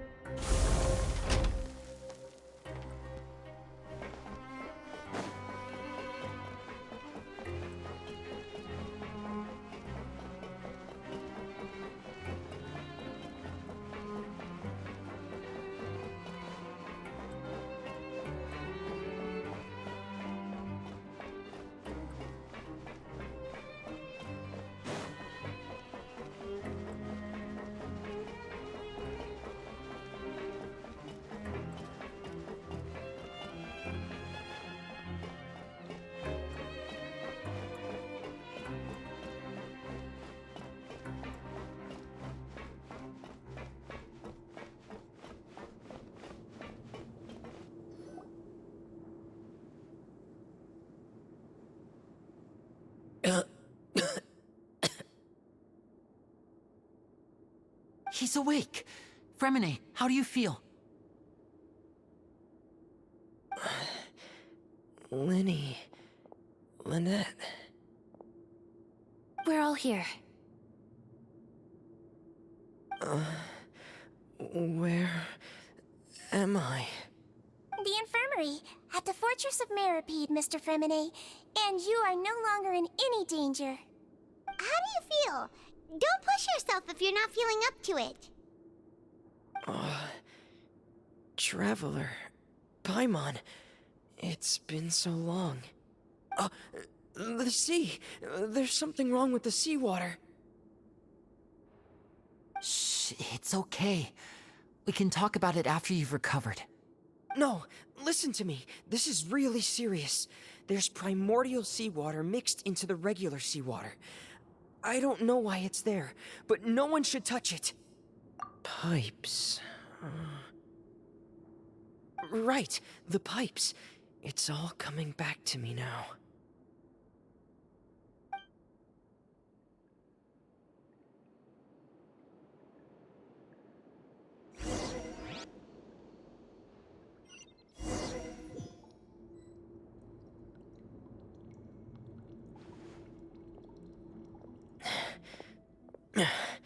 I'm in. Seems like this pipe hasn't been used in a long time. It looks abandoned.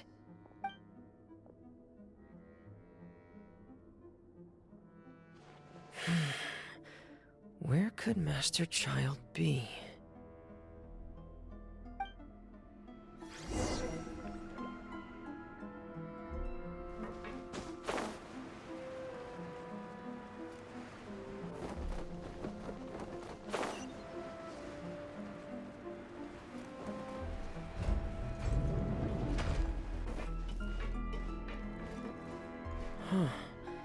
This mechanism looks like it's been tampered with. Could he have done it?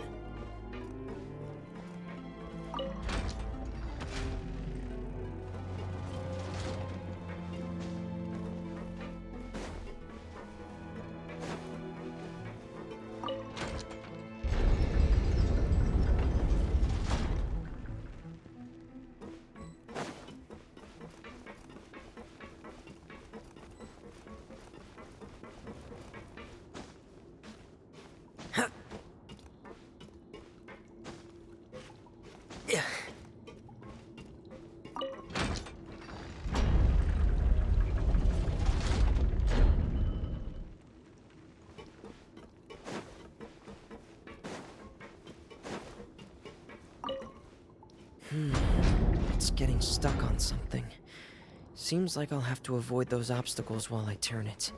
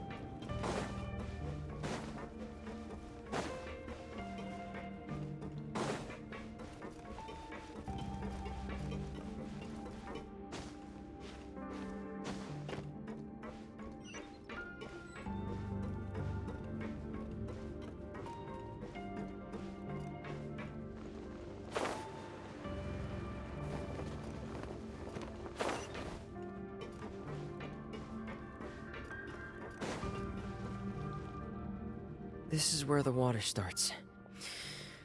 Okay. Master Child probably dived into the water. I'll go take a look as well.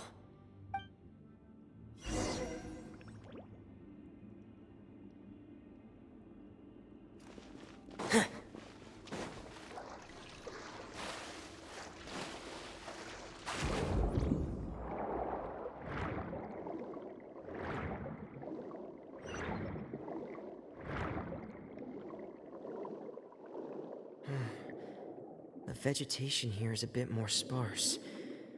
These traces aren't natural. A person must have left them, and recently. I should be going. Oh, there are traces here too. I need to keep going. Huh? The traces are gone. But I don't see where he could have gone from here. Wait. What the?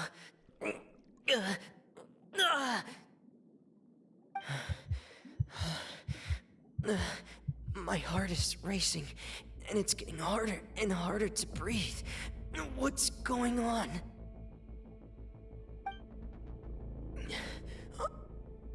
No good. I have to get back. They still don't know anything about what's going on. If I turn back right now, I should still be able to make it.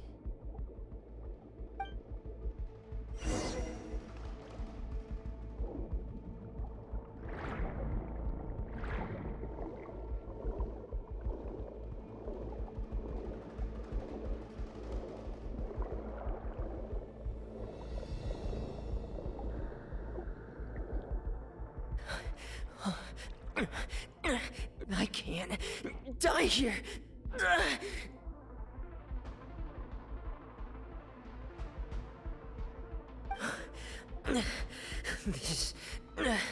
This is bad. I'm feeling worse and worse, and I'm still underwater.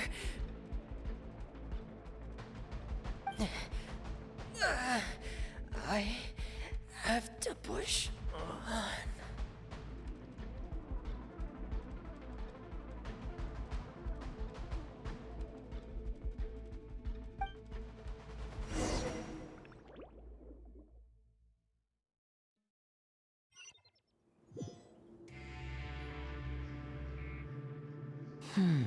So, in other words, the trail you were following vanished, and you had no idea where Master Child could have gone. But there was also no obvious place for him to have disappeared to. That's right. I tried my best to swim back, but I had already put some distance between myself and the fortress, and I just couldn't find the strength to keep going.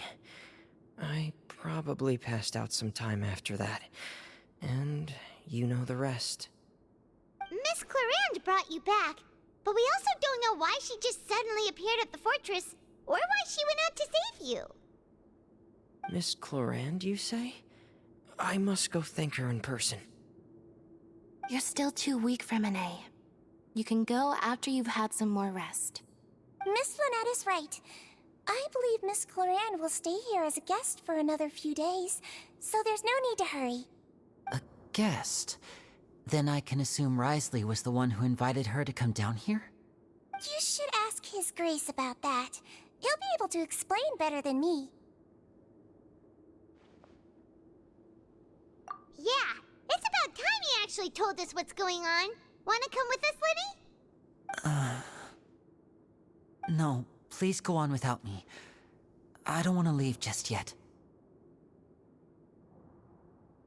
Lenny. The logical part of my brain is aware that we're safe right now, but I still can't bring myself to leave. Both of you are just in danger.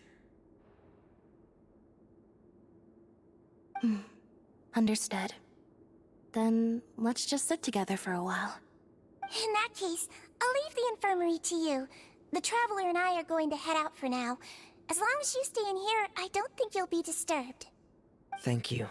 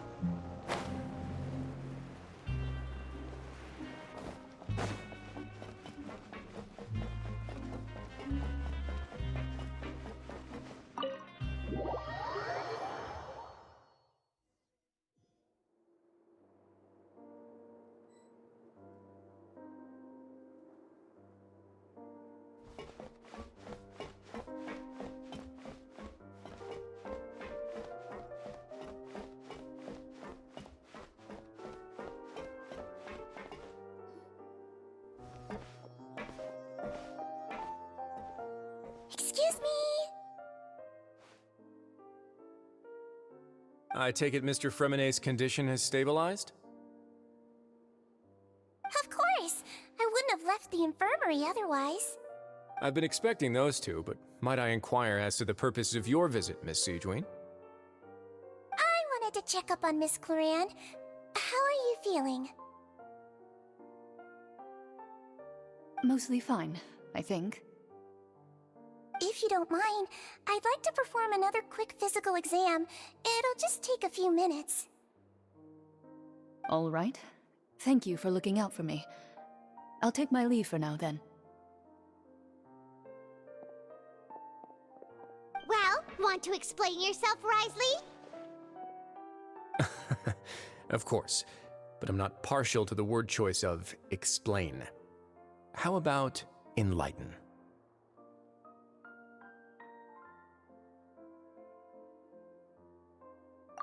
Where should I begin?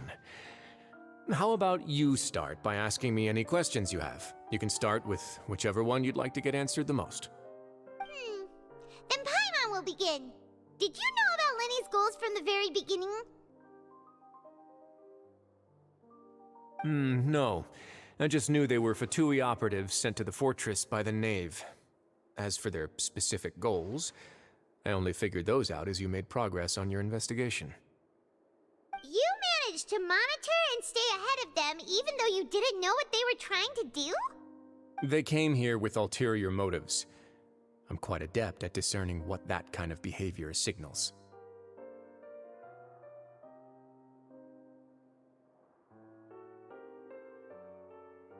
Initially, I thought their goal was just to investigate Child's disappearance.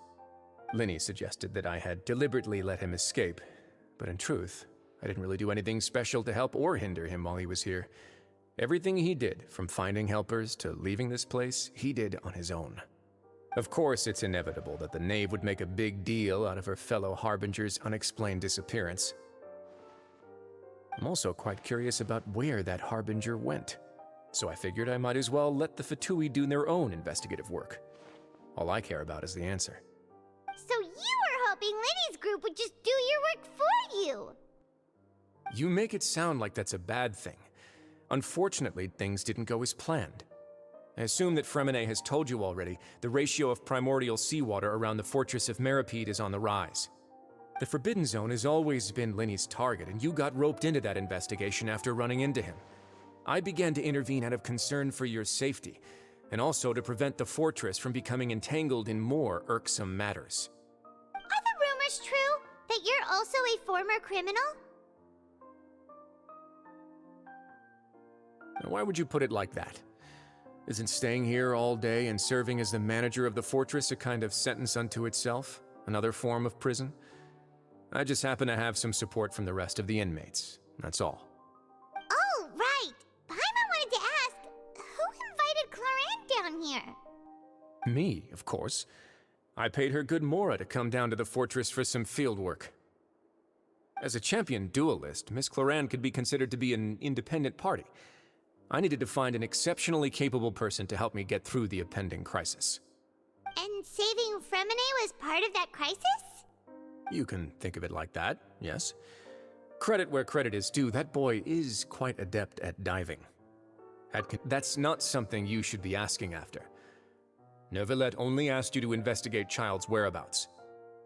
All I need to prove to you is that the Forbidden Zone had nothing to do with the Harbinger's disappearance. That should be clear now that you've spoken to Fremonet. But we've already uncovered that there's something wrong with the infirmary, and we've answered a bunch of questions that you threw at us. Isn't it about time that you answer our last question in return? You make a compelling case. Do you really want to know the answer that badly? Yeah, even if the truth may not be pleasant? Follow me.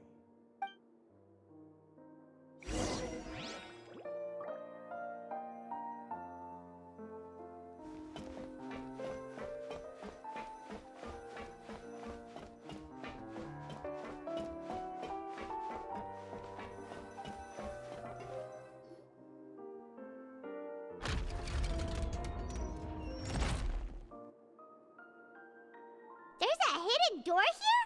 And a whole basement behind it? Huh. You're pretty good at hiding stuff, Risley.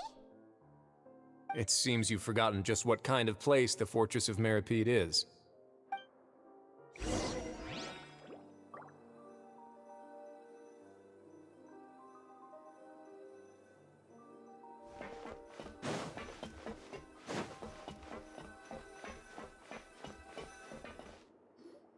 Stand on the central plate. Wait, is there a secret mechanism or... Whoa!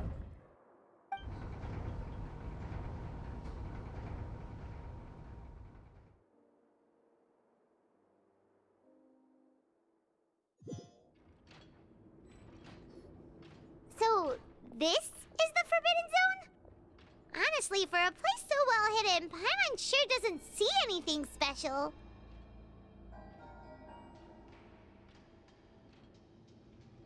What a huge door!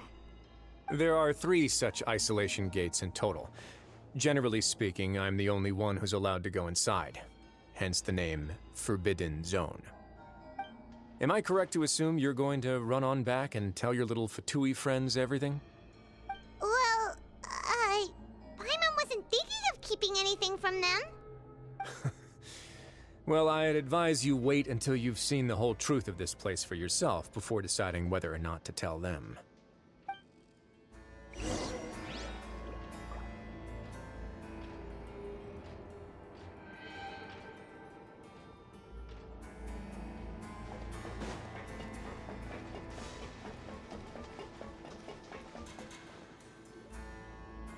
Huh. So there's a switch on the side. Stand back.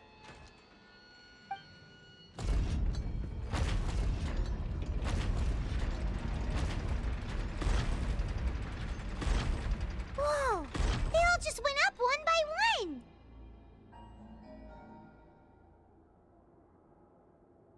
Go on, have a look.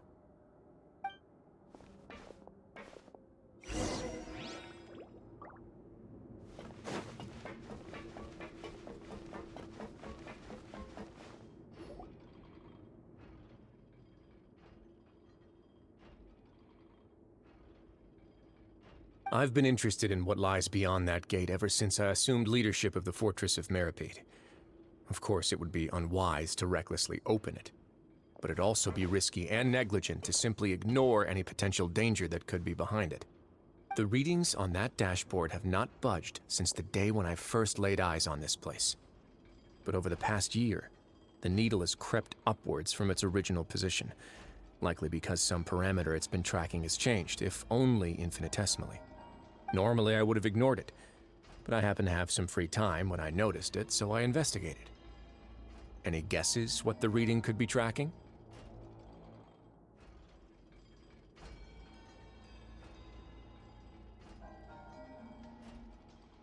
Very reasonable guesses.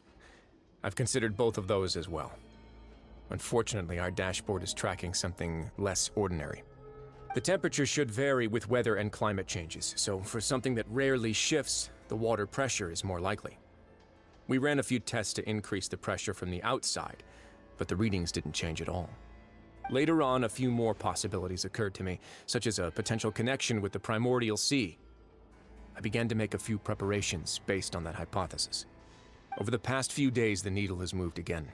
With that, and the symptoms that Fremine displayed after leaving the fortress, I can now confidently conclude that the readings represent the concentration of primordial seawater in the seawater nearby. The concentration of primordial seawater? But we're already under the sea! And that is precisely the problem. We're at the bottom of the sea, and now we're surrounded by toxic seawater. Somehow, primordial seawater got mixed in, and the concentration is steadily rising. Yes, that's very likely. But forget about the two of us. Not even Novelette knows where the primordial sea could be, much less where we could find and plug a leak. Oh. Oh! Seems like you've figured it out. I believe the primordial sea lies directly beneath this sluice gate. For some reason, the primordial seawater levels have risen significantly, and it's now very close to us. The indicators are now red. Although the gate still stands, some primordial seawater has already leaked out and mixed into the sea around us. If this continues, soon it will no longer be able to hold back the primordial sea at all. Yeah, you know what the legends say. If this place falls, then everyone in Fontaine will be turned into puddles in the span of a night. But that's just too weird! Why would the Fortress of Meropide be built right above a sluice gate for the primordial sea? Who built this place anyway? Your expression tells me you think this might be part of a vast, complicated conspiracy. To be honest, you might find the actual answer may be exceedingly boring. It's just that the secret of the Forbidden Zone had been long forgotten by the nation before I rediscovered it with my research. There's no single founder of the Fortress of Meropide in any traditional sense. What we know about its history has been left to us by the people who used to live here. When the previous Hydro Archon Egeria ruled the land, all convicted criminals from Fontaine were exiled. The people drove the criminals away like a wolf pack chasing away the banished. The criminals received no sympathy of any kind from the people. They were exiled to the desolate seaside, where they experienced only pain, struggle, and the bone-chilling cold. Some of them began to repent and prayed to the Hydro Archon, asking if there was still anything they could do. The Hydro Archon took pity on them and said, "You may go guard my secret, deep underneath the waves." And so, leaning on the power of the Hydro Archon, they gathered underneath the sea and began to build a fortress. They became a community down there in the deeps, and over the years helped it to grow. As the number of exiles increased, more and more people joined the community. When the first group of exiles died, they left the yet unfinished fortress to their successors. The Hydro Archon continued to lend her support, allowing the fortress and what it stood for to continue growing ever larger. Before long, this dark underwater fortress became the sinner's only home. And with that, the people here stopped referring to the fortress as a prison. They saw themselves as repenting sinners who would regain their freedom once they had sufficiently redeemed themselves. But as time went on, people also realized that the fortress was a lonely place. Once they had gotten used to life here, they could no longer feel comfortable living in the overworld. Once they had finished serving their sentences, some people left and some others chose to stay. They'd find some idle position and let their withered souls fade away with the ancient secrets of the past. After many, many centuries, few people still remember the reason for the fortress's founding. Now they just see it as an integral pillar of Fontainian society, as the place where criminals deserve to be sent. Now and again, researchers manage to break one law or another and live out their days in the fortress. I learned all this from an elderly historian. Everyone else just thought he'd made it all up. But now you know every part of that history is true. Indeed. It's just as the prophecy says. If this gate fails, then everyone will be dissolved into the sea. To be frank, not really. But sadly, that hasn't stopped this prophecy from proving all too accurate. Prophecies are troublesome things. Just hearing one will create the first wave of panic. Seeing signs of it will bring about the second, and actually witnessing it in real time, the third. Let's go somewhere else. I want to show you something.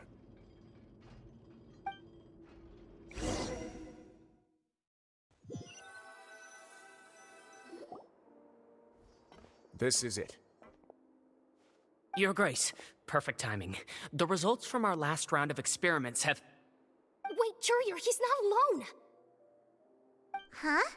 Lorvine and Jurier? No need to panic, you two. I've already told them about our plan. What? After you warned us not to tell a single soul about any of this? I'm skeptical as well. Are you sure they are trustworthy? The results speak for themselves, don't they? These two may already know more than you could ever imagine.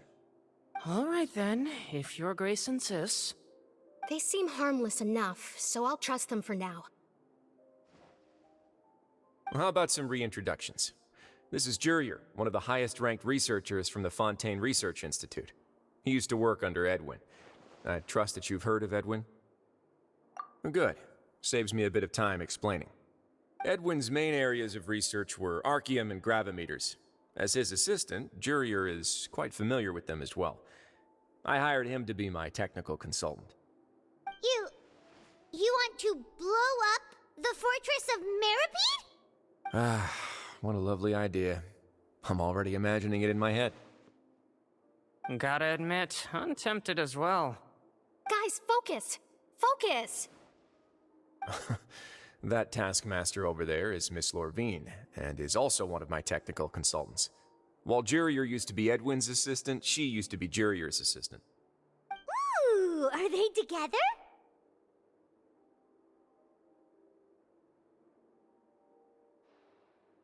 See, everyone keeps asking this question. Are you too sure you're not a couple and just using your work as a convenient cover? Your Grace, I am not in a relationship with this man. If I dated her, I'd officially be madder than Edwin. Jeez, forget I said anything then. Follow me. Whoa, there's another door that goes right up. Your constant amazement makes it seem like the fortress can do anything. But Paimon really thinks everything's super cool.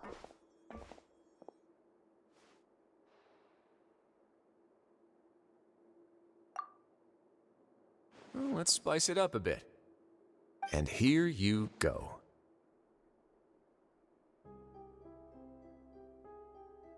What a huge ship! This is also a production zone that Paimon's never seen before. What's going on? How much do you know about Fontainian history? Not much at all. Well, then maybe you haven't heard the story of ancient Lemuria. To give you a quick rundown, Fontaine used to be ruled by the Lemurian dynasty. According to legend, the Lemurian king Remus came to this land after being inspired by divine revelation and found the seer Sibila, who had taken on the form of a golden bee. Taking the golden bee with him and riding on a huge ship, the Fortuna, he created his nation above the surging waves. He called his nation Lemuria and used the Fortuna to incessantly search for new tribes and islands, calling on them to join his empire. There's a ship in this story too? Where there's water, there'll be ships. People believe that hope can always be found at the end of a voyage. Do you believe that too? To a point, I think. As you've already seen, I have a whole factory's worth of labor, materials, and technology at my disposal. Certainly can't hurt to give it a try. So the moment I began to speculate that the Primordial Sea might lie underneath the gate, I also began this project. Were you inspired by the legendary Fortuna? Maybe. Fontainians need something to hold on to cope with the impending disaster. Were the workers to find out the truth behind this ship, riots would destroy the fortress faster than any catastrophe. As the fortress's administrator, I'd never make such a reckless call. All right, that's enough talking for now. I'll need another 3 cups of tea to soothe my throat. Do you have any other questions? Seems like you're good. Come on, I'll take you back.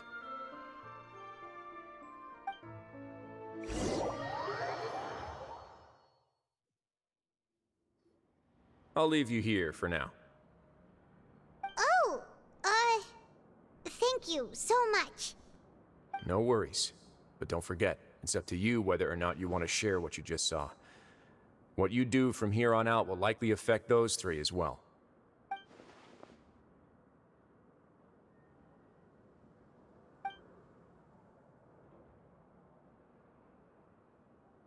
Yeah, we'll put a lot of thought into it for sure.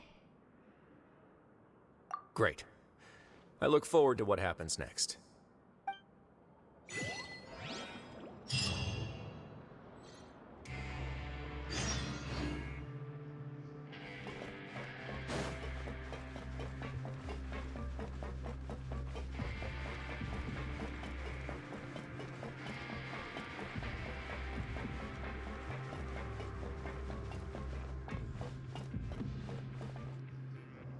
We're back! Welcome back. Do you want a cup of tea? How can you be so much like Risley, always drinking tea? Huh. Actually, now that you mention it, I just remembered something now. While I was sedated, I could still barely hear two people talking next to me. They were discussing everything, from the leaves to the water and even the teacups themselves. Must have been Risley and Sijuin. Yeah, I heard one male voice and one female, so it should have been the two of them. They really were just talking about brewing tea. I really can't make sense of this place. So, Traveler, Paimon, were you able to learn anything from Risley? Yeah, he explained everything. Very well. Then, would you mind checking your answers against my speculations?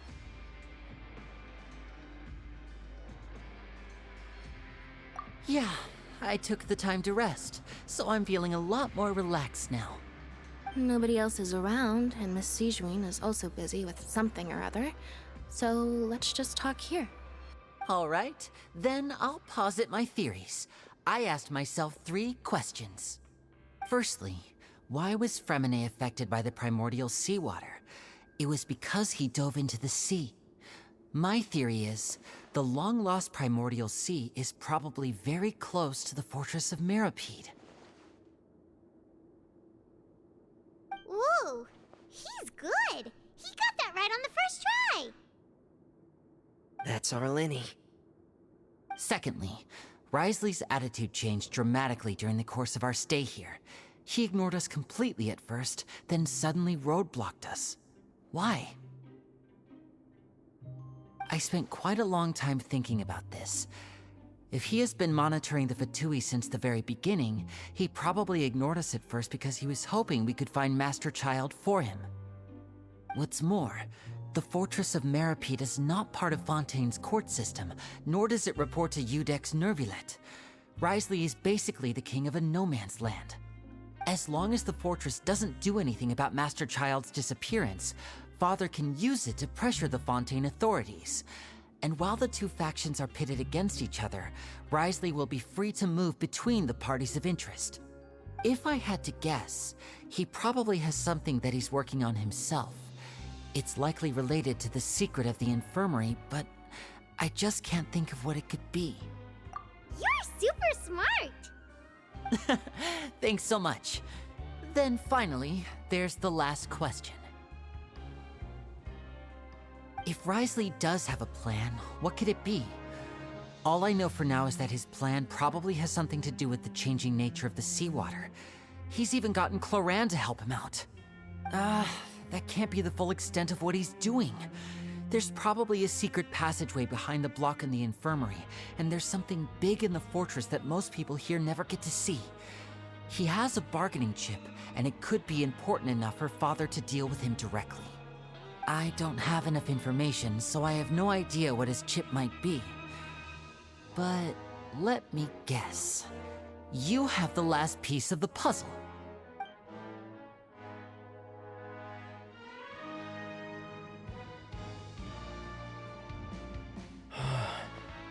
I can't believe it.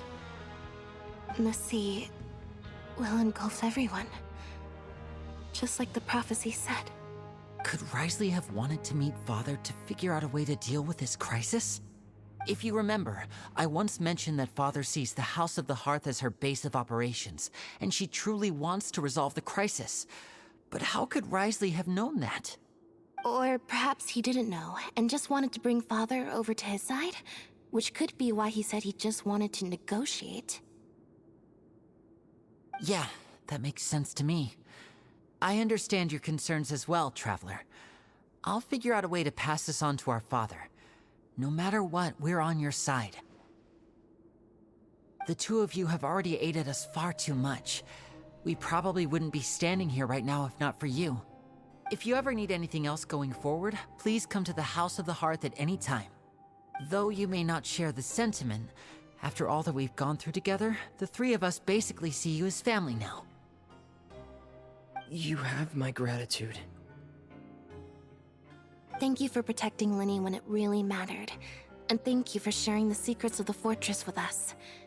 We didn't think you were going to do it. Why are you being so formal all of a sudden? Given your strength, you might not need our help at all. But if you are ever in danger, we will try our best to protect you. Aw, the sound of that makes Paimon feel all warm and safe inside.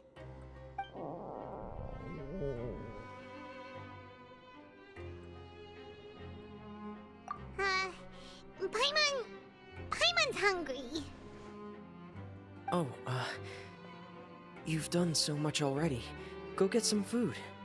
Alright, then we'll catch you guys another time.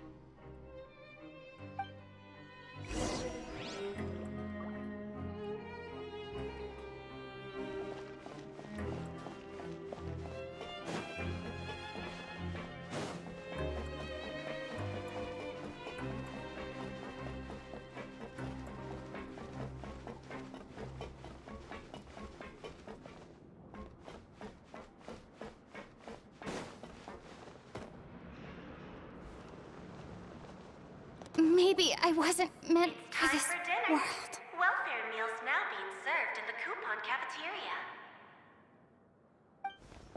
Come on, let's go pick up ours as well. Traveler and Paimon, over here.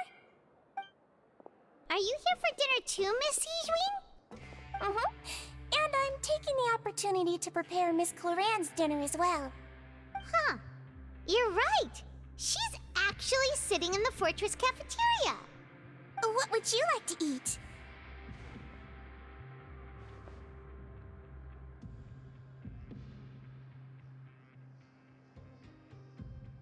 Yep, you can. I've already talked to our chef, Mr. Wolsey. It's all on me today, so you can get whatever you'd like.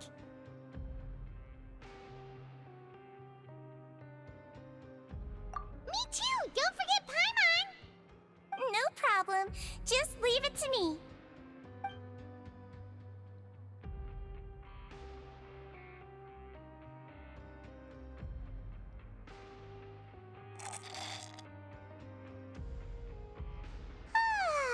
So delicious.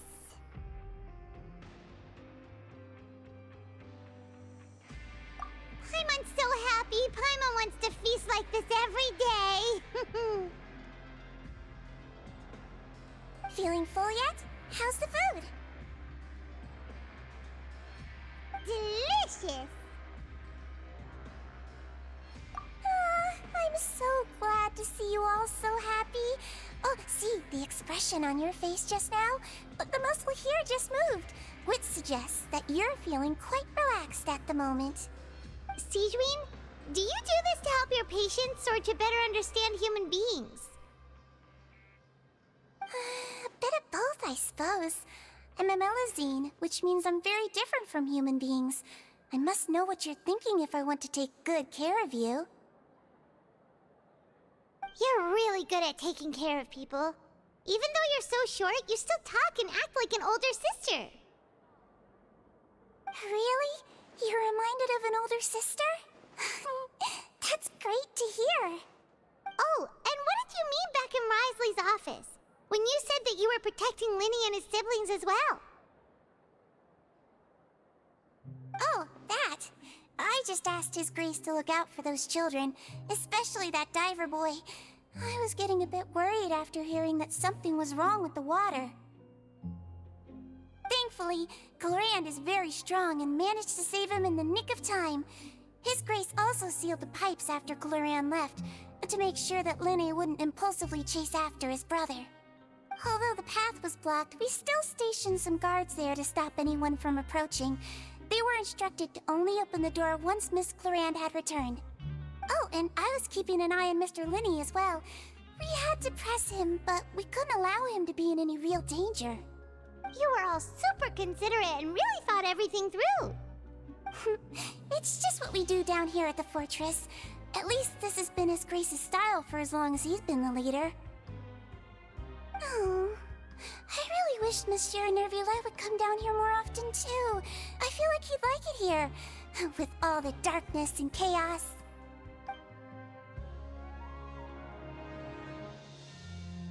Get a good night's rest, you two. You both worked very hard.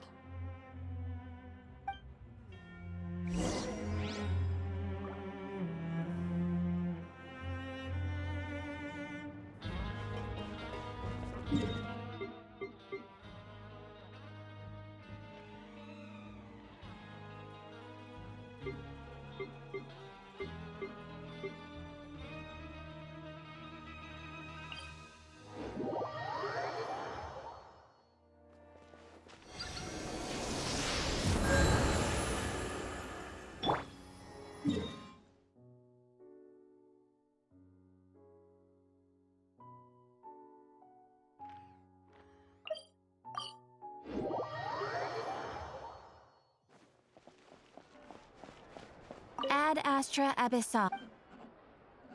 Thank you for completing today's...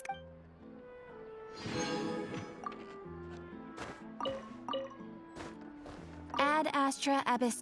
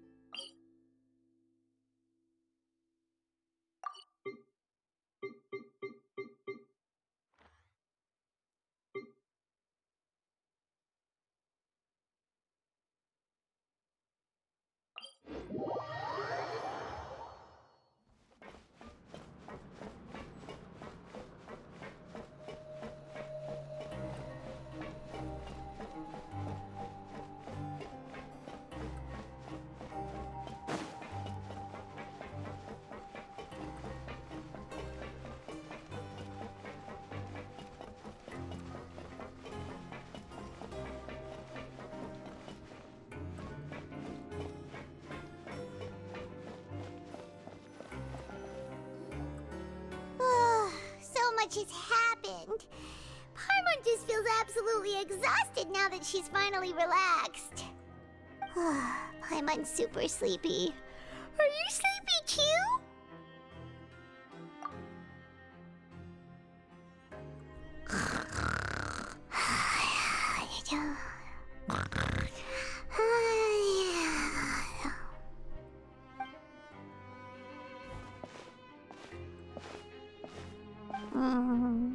Delicious. I'm on 1 seconds for free.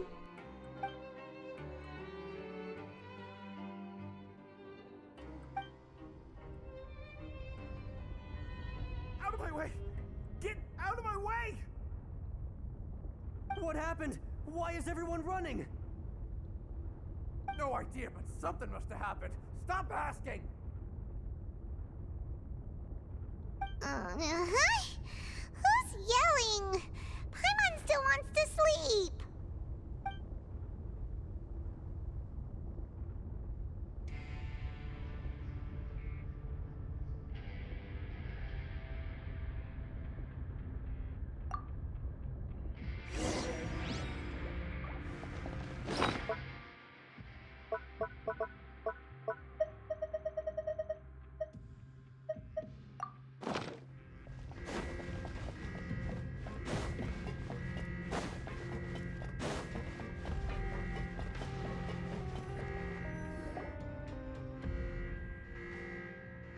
What happened? Why is everyone running around? Hey, what are you doing? No time to explain, mate. Goodbye. Hey, wait! What's wrong with these people? They won't even talk to us. They're here! Yeah, there you are! Oh, thank goodness! Quisto and Lavaroon, do you know what happened here? We came here especially to inform you. Something seems to have gone terribly wrong just now. His Grace is telling everyone to evacuate and get out of here. Lavaroon was saying you two are new here and you don't have many friends, so you might slip through the cracks. Haven't you heard all the stories like that? An evacuation is successfully completed, yet you only find out once you do a head count that 1 or 2 people are missing. Wait, weren't you the one who brought that up? Why is it suddenly my idea? Hey, shut up! Okay, whatever. The point is, you should come with us. Yeah, he said to get as far away as possible, upwards and outwards.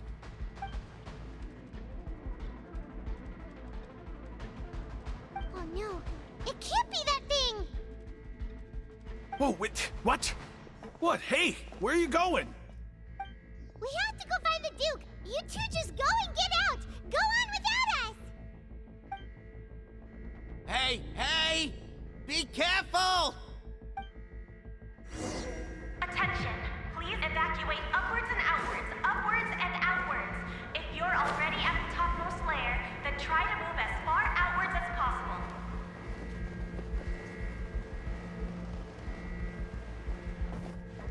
Attention!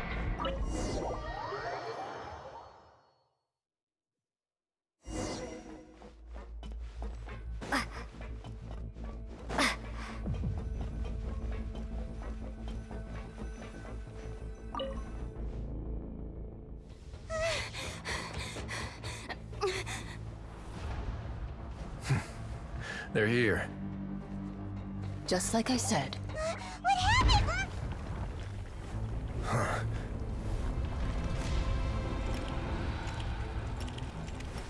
You're just in time. But be ready to run.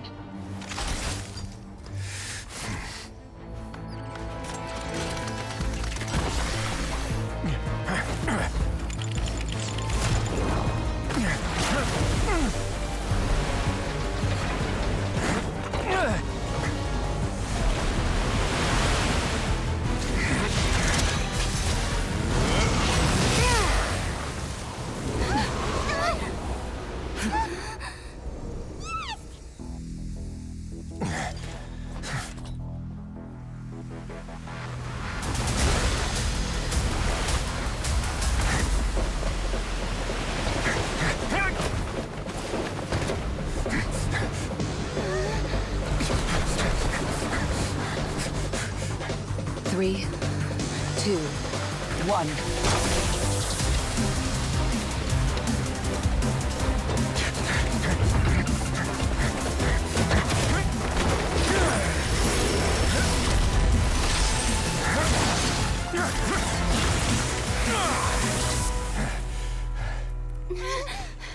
This won't hold it for long.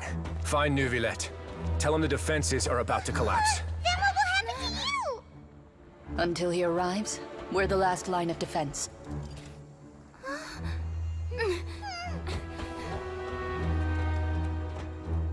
The gate. How long do you think it'll hold? That depends on us.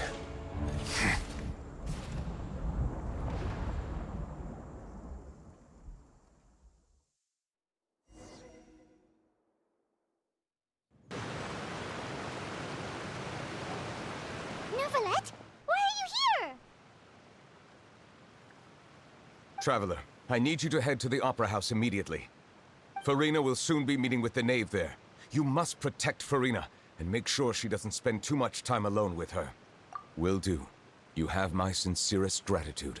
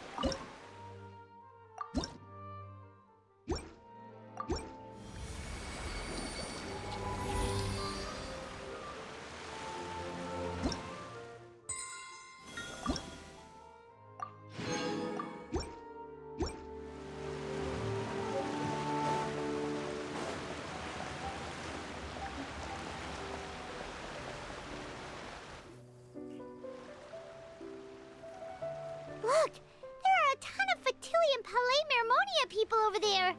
The Knave is probably here already. We need to hurry. Are you two the Traveler in Paimon? Monsieur Neuvillette has left instructions. Please follow me. Though I'm sure he's already explained, this should be a mostly cordial conversation, unlikely to give rise to violence. But it would be most appreciated if you could protect Lady Farina to the best of your abilities.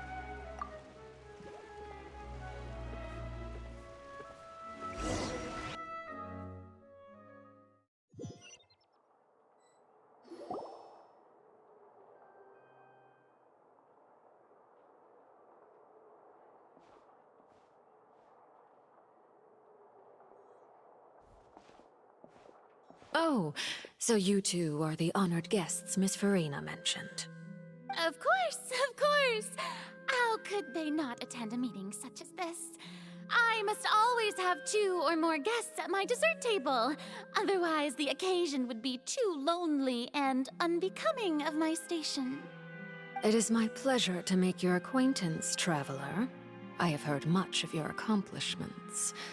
I am the Knave, one of the 11 Fatui Harbingers.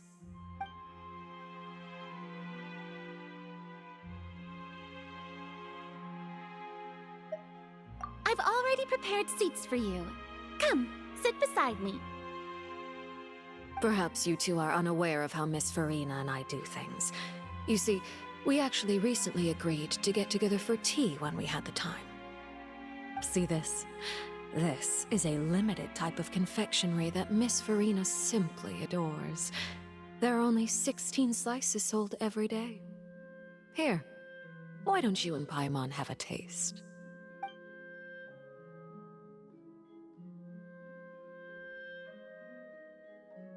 Traveler, what do you think of this cake?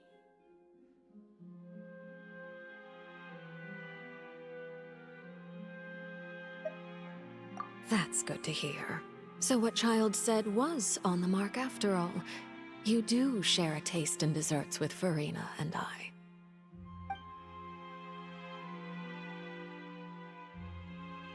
I wonder how he's doing nowadays. You must have heard, right? He's suddenly gone missing. I'm really worried about his safety, you know. Here's to hoping that he's an excellent swimmer.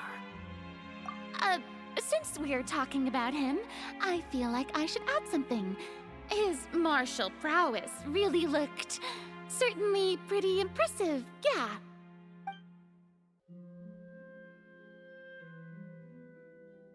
Oh, so you're also familiar with his aptitude for fighting, Miss Farina. Oh, right. I almost forgot. Child was subdued by Udex Nuvillette right in front of you. Against ordinary people, my colleague would never be on the back foot. But alas, he just never imagined he'd run into such a person. I must express my admiration for Monsieur Nuvillette.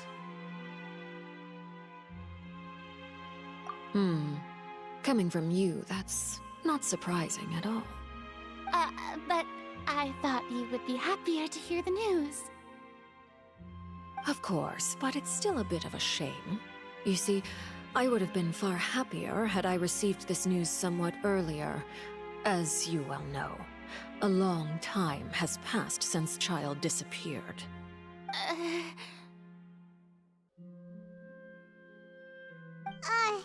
Well, in any case, there's no need to worry. We know for sure that Child is still alive. Oh, and just how do you know that?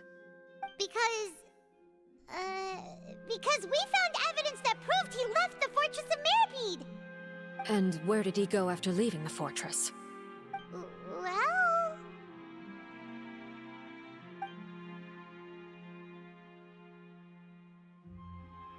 The Fortress of Meripede lies deep beneath the waves. Unless he pranced right out of the main gate, he must have had to swim for it. Do you have any proof that he surfaced safely? Ah, that is good news at least. His sister Tonya sent a letter to Fontaine not too long ago. Since he was unfortunately unavailable, I picked it up on his behalf. Do you have any idea how he usually writes back to his family? Dear Tonya, your letter made me feel like we were still enjoying our time in Snezhnaya together. I'm currently admiring the scenery on the streets in front of the Opera House. Is it something like that?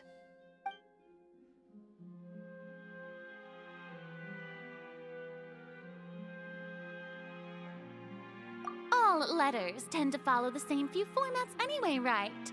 As long as the contents are accurate, it doesn't matter so much how it's written or how it's worded.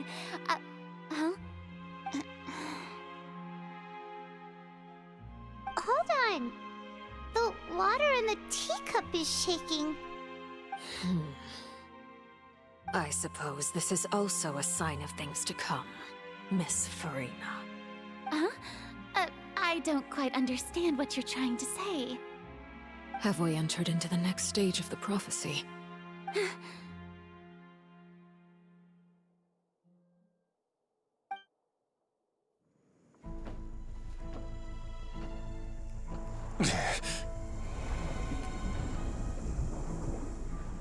My thanks to you both. I will take it from here.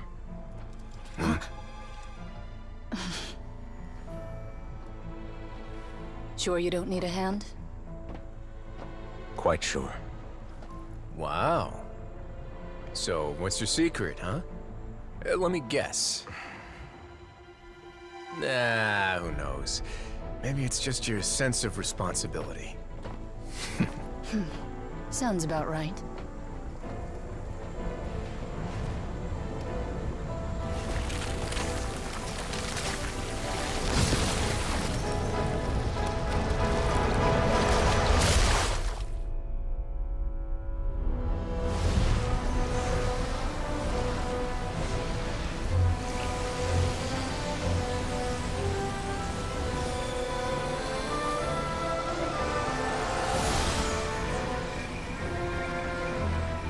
Day may come when the prophecy is fulfilled, and the waters burst forth. But it is not this day! This ancient power could easily obliterate an entire race. A tsunami of fury would unleash endless catastrophe.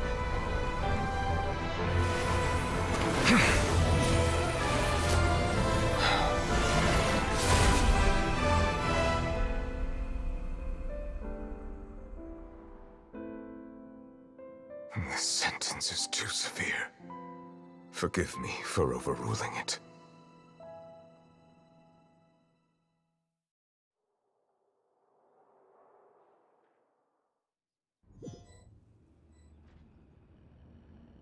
All right. Seems like the problem inside has been suppressed. Let me guess, we're safe for now. Indeed. But only for now. I win this bet. You owe me a present. Very well. It was indeed just as you said. You made a bet? We made a bet on the size of your entourage. Cloran thought you wouldn't come down by yourself. I figured you would have at least brought a few people along for appearance's sake. It appears I underestimated just how confidential the mission was. Shouldn't you have gotten used to confidential missions by now? That's just how the courts operate. So what gift must the loser give? Tea? He already has tons of tea in his office. I'm thinking about a set of legal codices. That wouldn't happen to be a dig at my lack of legal awareness, would it? Well, I'm sure His Grace doesn't consider the fortress to be outside the law. I was under the impression the residents of a place like this would be uninterested in the legal codices. That was obviously a joke. Anyway, you've still got some unfinished business to attend to in the overworld, correct? No need to stay here if you have a pressing matter. We all know you can't leave Palais Mermonia for long. Thank you.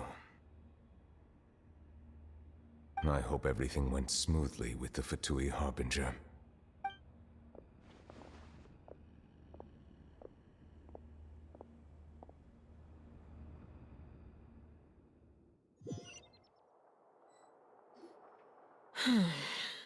I must say, we've spent long enough playing house.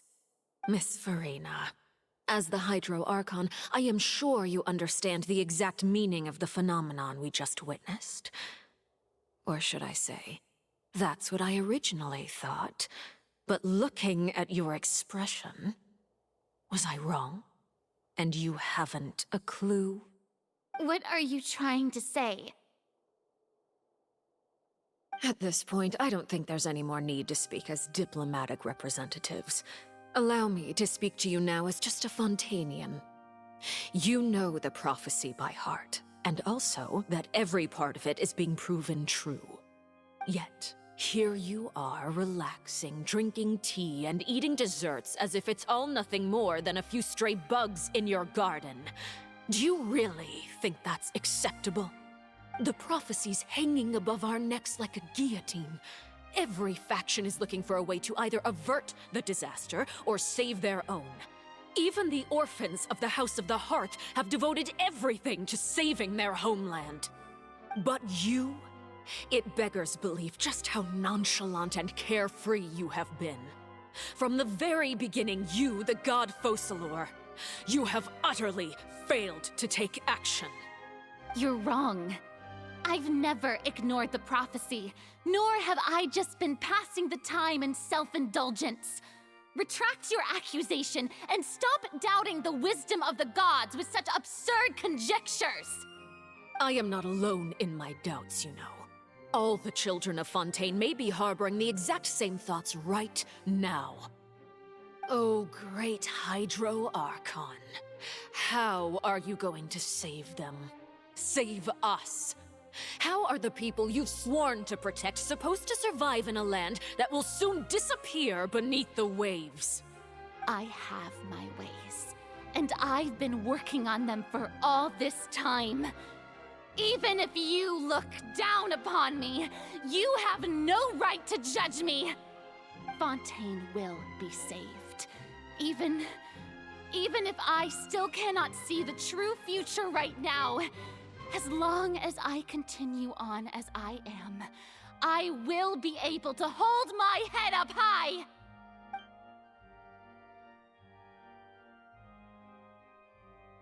Then I ask you, Miss Farina, just what have you been working on? Where can we see it, and what is it doing to help?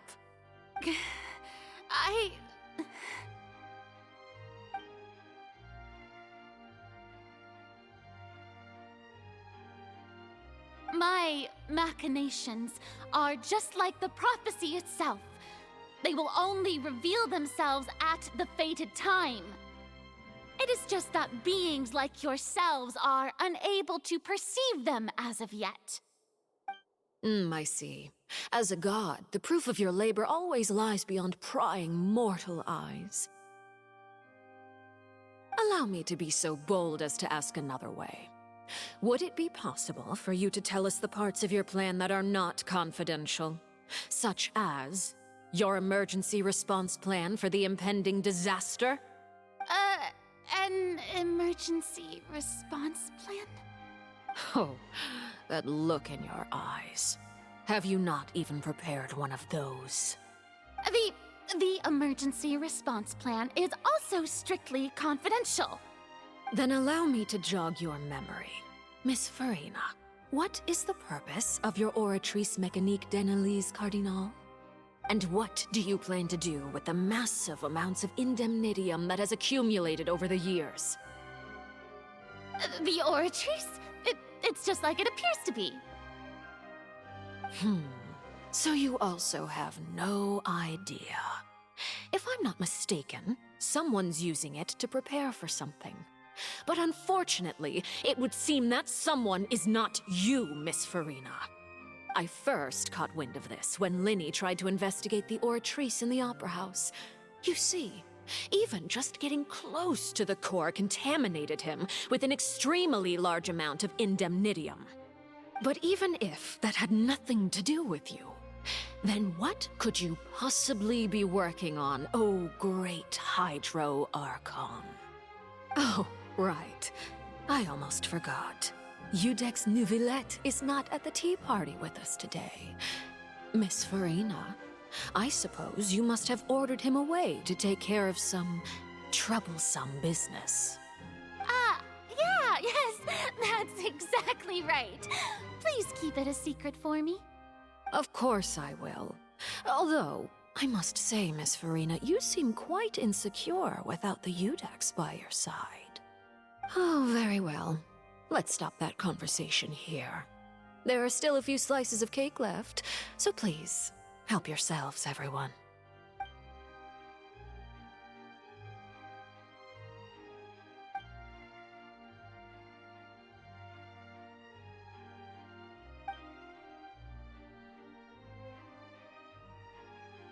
Traveler, I heard that you were recently commissioned to handle a few matters on behalf of the Udex. Why don't you take an extra slice of cake? Those who work hard deserve gratitude and praise. You too, Paimon. Thank you. Paimon will take you up on that offer.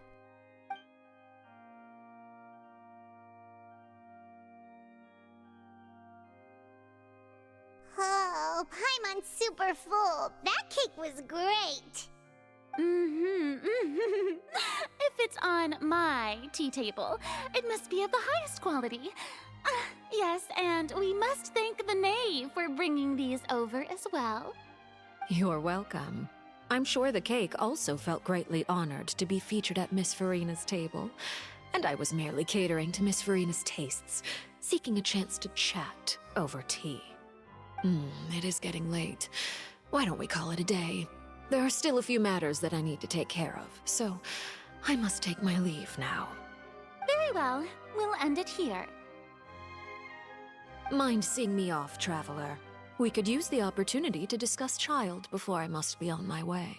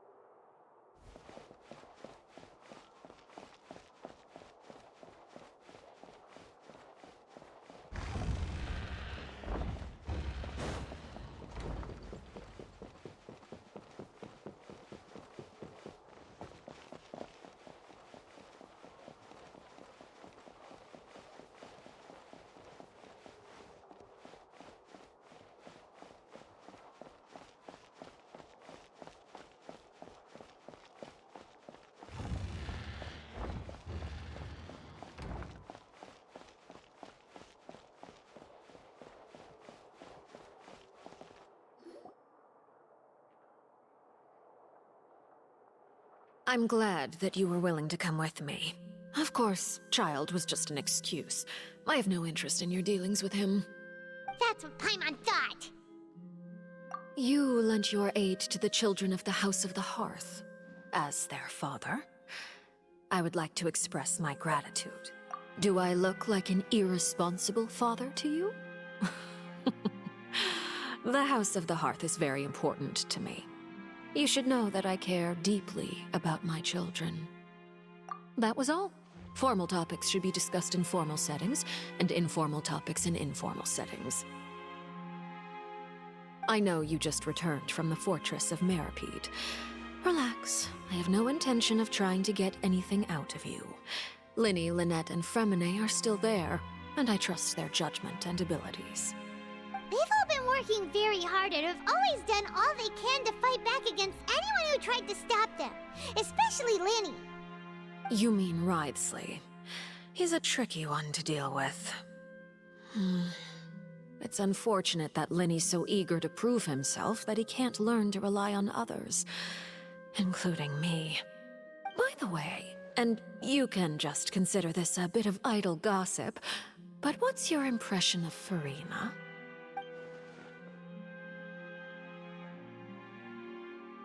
You are outside of our disputes, and the freest person in all of Fontaine, able to move around most easily. Allow me to share my perspective with you. And that's everything that happened during the trial. Master Child was declared guilty and immediately transported to the Fortress of Meripede. Didn't he say he was coming here on vacation? Does he not feel an ounce of shame for all the trouble he has caused?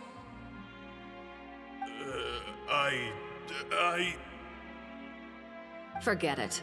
He did give us an opportunity. I will be meeting someone shortly. Do you require help with any preparations? No need. I will take care of it myself. I need to meet with Furina, the Hydro Archon. She is at the heart of Fontaine. But what's fascinating about her is that she often seems more like a celebrity than a working Archon. Oh? Come over here, you little critter, you!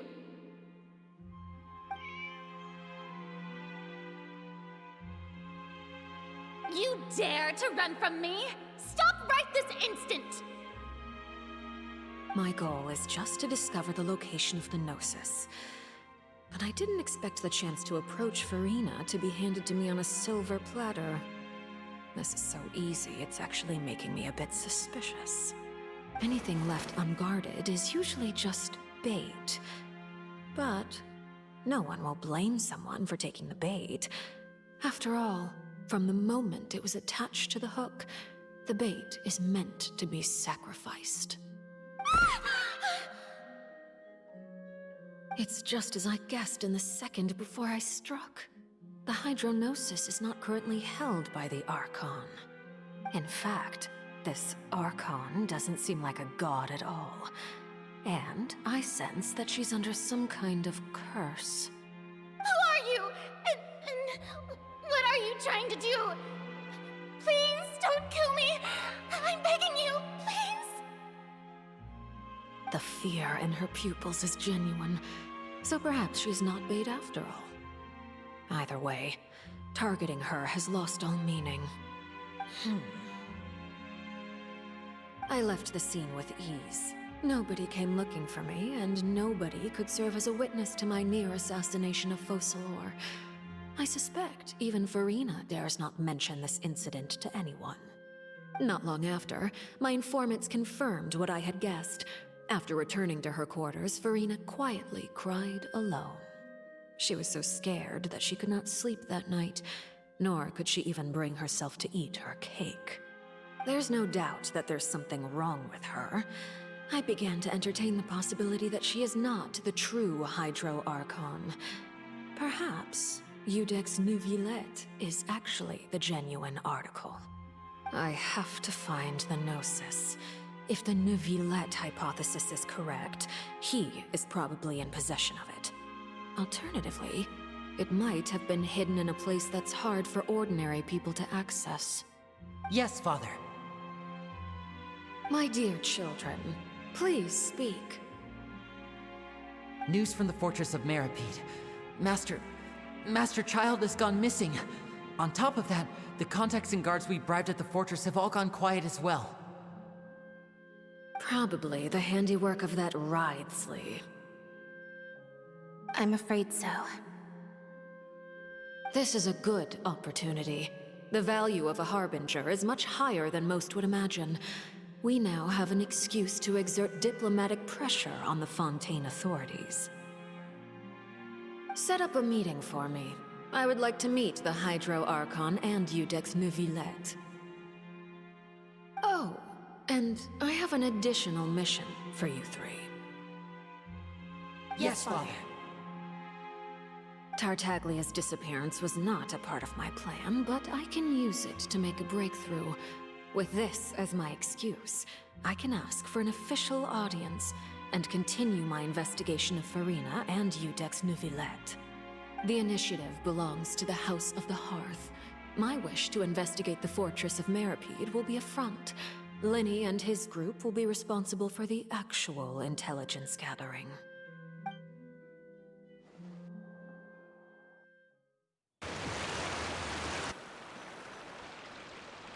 You should know the rest. Lenny's group is quite close to you, so they wouldn't have hidden anything from you. You attacked the Hydro Archon? It wouldn't mean anything, even if you shouted it from the rooftops. After all, even Farina herself is still pretending that nothing of that sort ever happened. Alright then. I've now had 2 chances to enjoy tea with Farina. I have to say, the leadership of Fontaine is even more inscrutable than I had imagined. I once surmised that Eudex Neuvillette must be the Hydro Archon, but now, that doesn't seem right to me either. I am a servant of Her Majesty the Tsaritsa. Over my years of service, I've learned how a real Archon conducts and carries themselves. Whether Eudex Neuvillette or Farina, neither fits the bill. It's hard to imagine either of them as the Archon. Of course, that is all just how I feel. Gut feelings often do not require justification. It is, however, quite amusing to me that after all my years working in intelligence gathering, I've come to realize I am at a complete loss regarding the identity of the god of the land of my birth.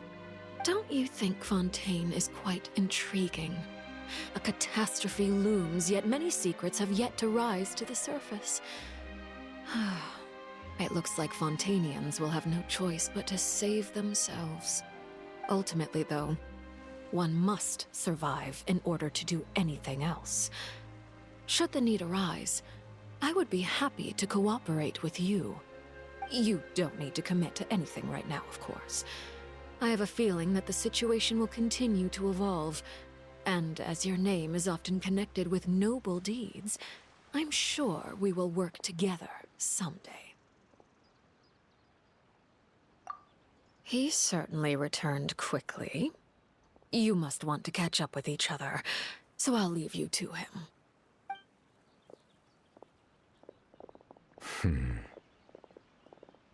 Neuvillette, is it over? For now, yes. But this issue will prove quite thorny in the long term. I'm concerned that sooner or later the prophesized events will occur. Thank you for protecting Farina.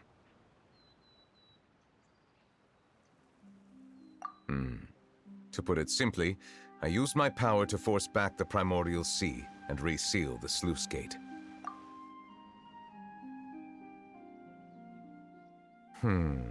So as expected, the Knave has turned up the pressure on Farina. She's trying to feel her out, though I'm still unsure as to her motives.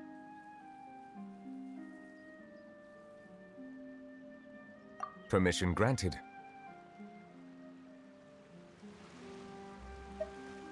Whoa. It can't be that you're the real Hydro Archon, right? But that's just a speculation on our part, though. You can't tell us? Then that's okay. We can talk about something else. We won't try to force you. You guys in Fontaine are super strange. If by the phrase, you guys, you are referring to Farina and I, then although I'm not sure just what you are trying to imply, I must clarify that I do not share her positions on a multitude of topics. I believe so. The fortress has a long and complex history. It has seen much grief and suffering. And now, another catastrophe will soon be upon us. I mourn this turn of events. Huh? Why is it raining all of a sudden?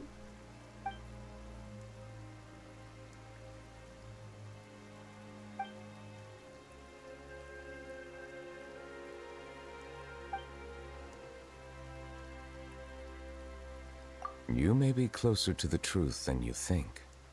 Oh? And what are you thinking? The dragon of... what? Huh? Please do not be so surprised. Farina? Neverlet,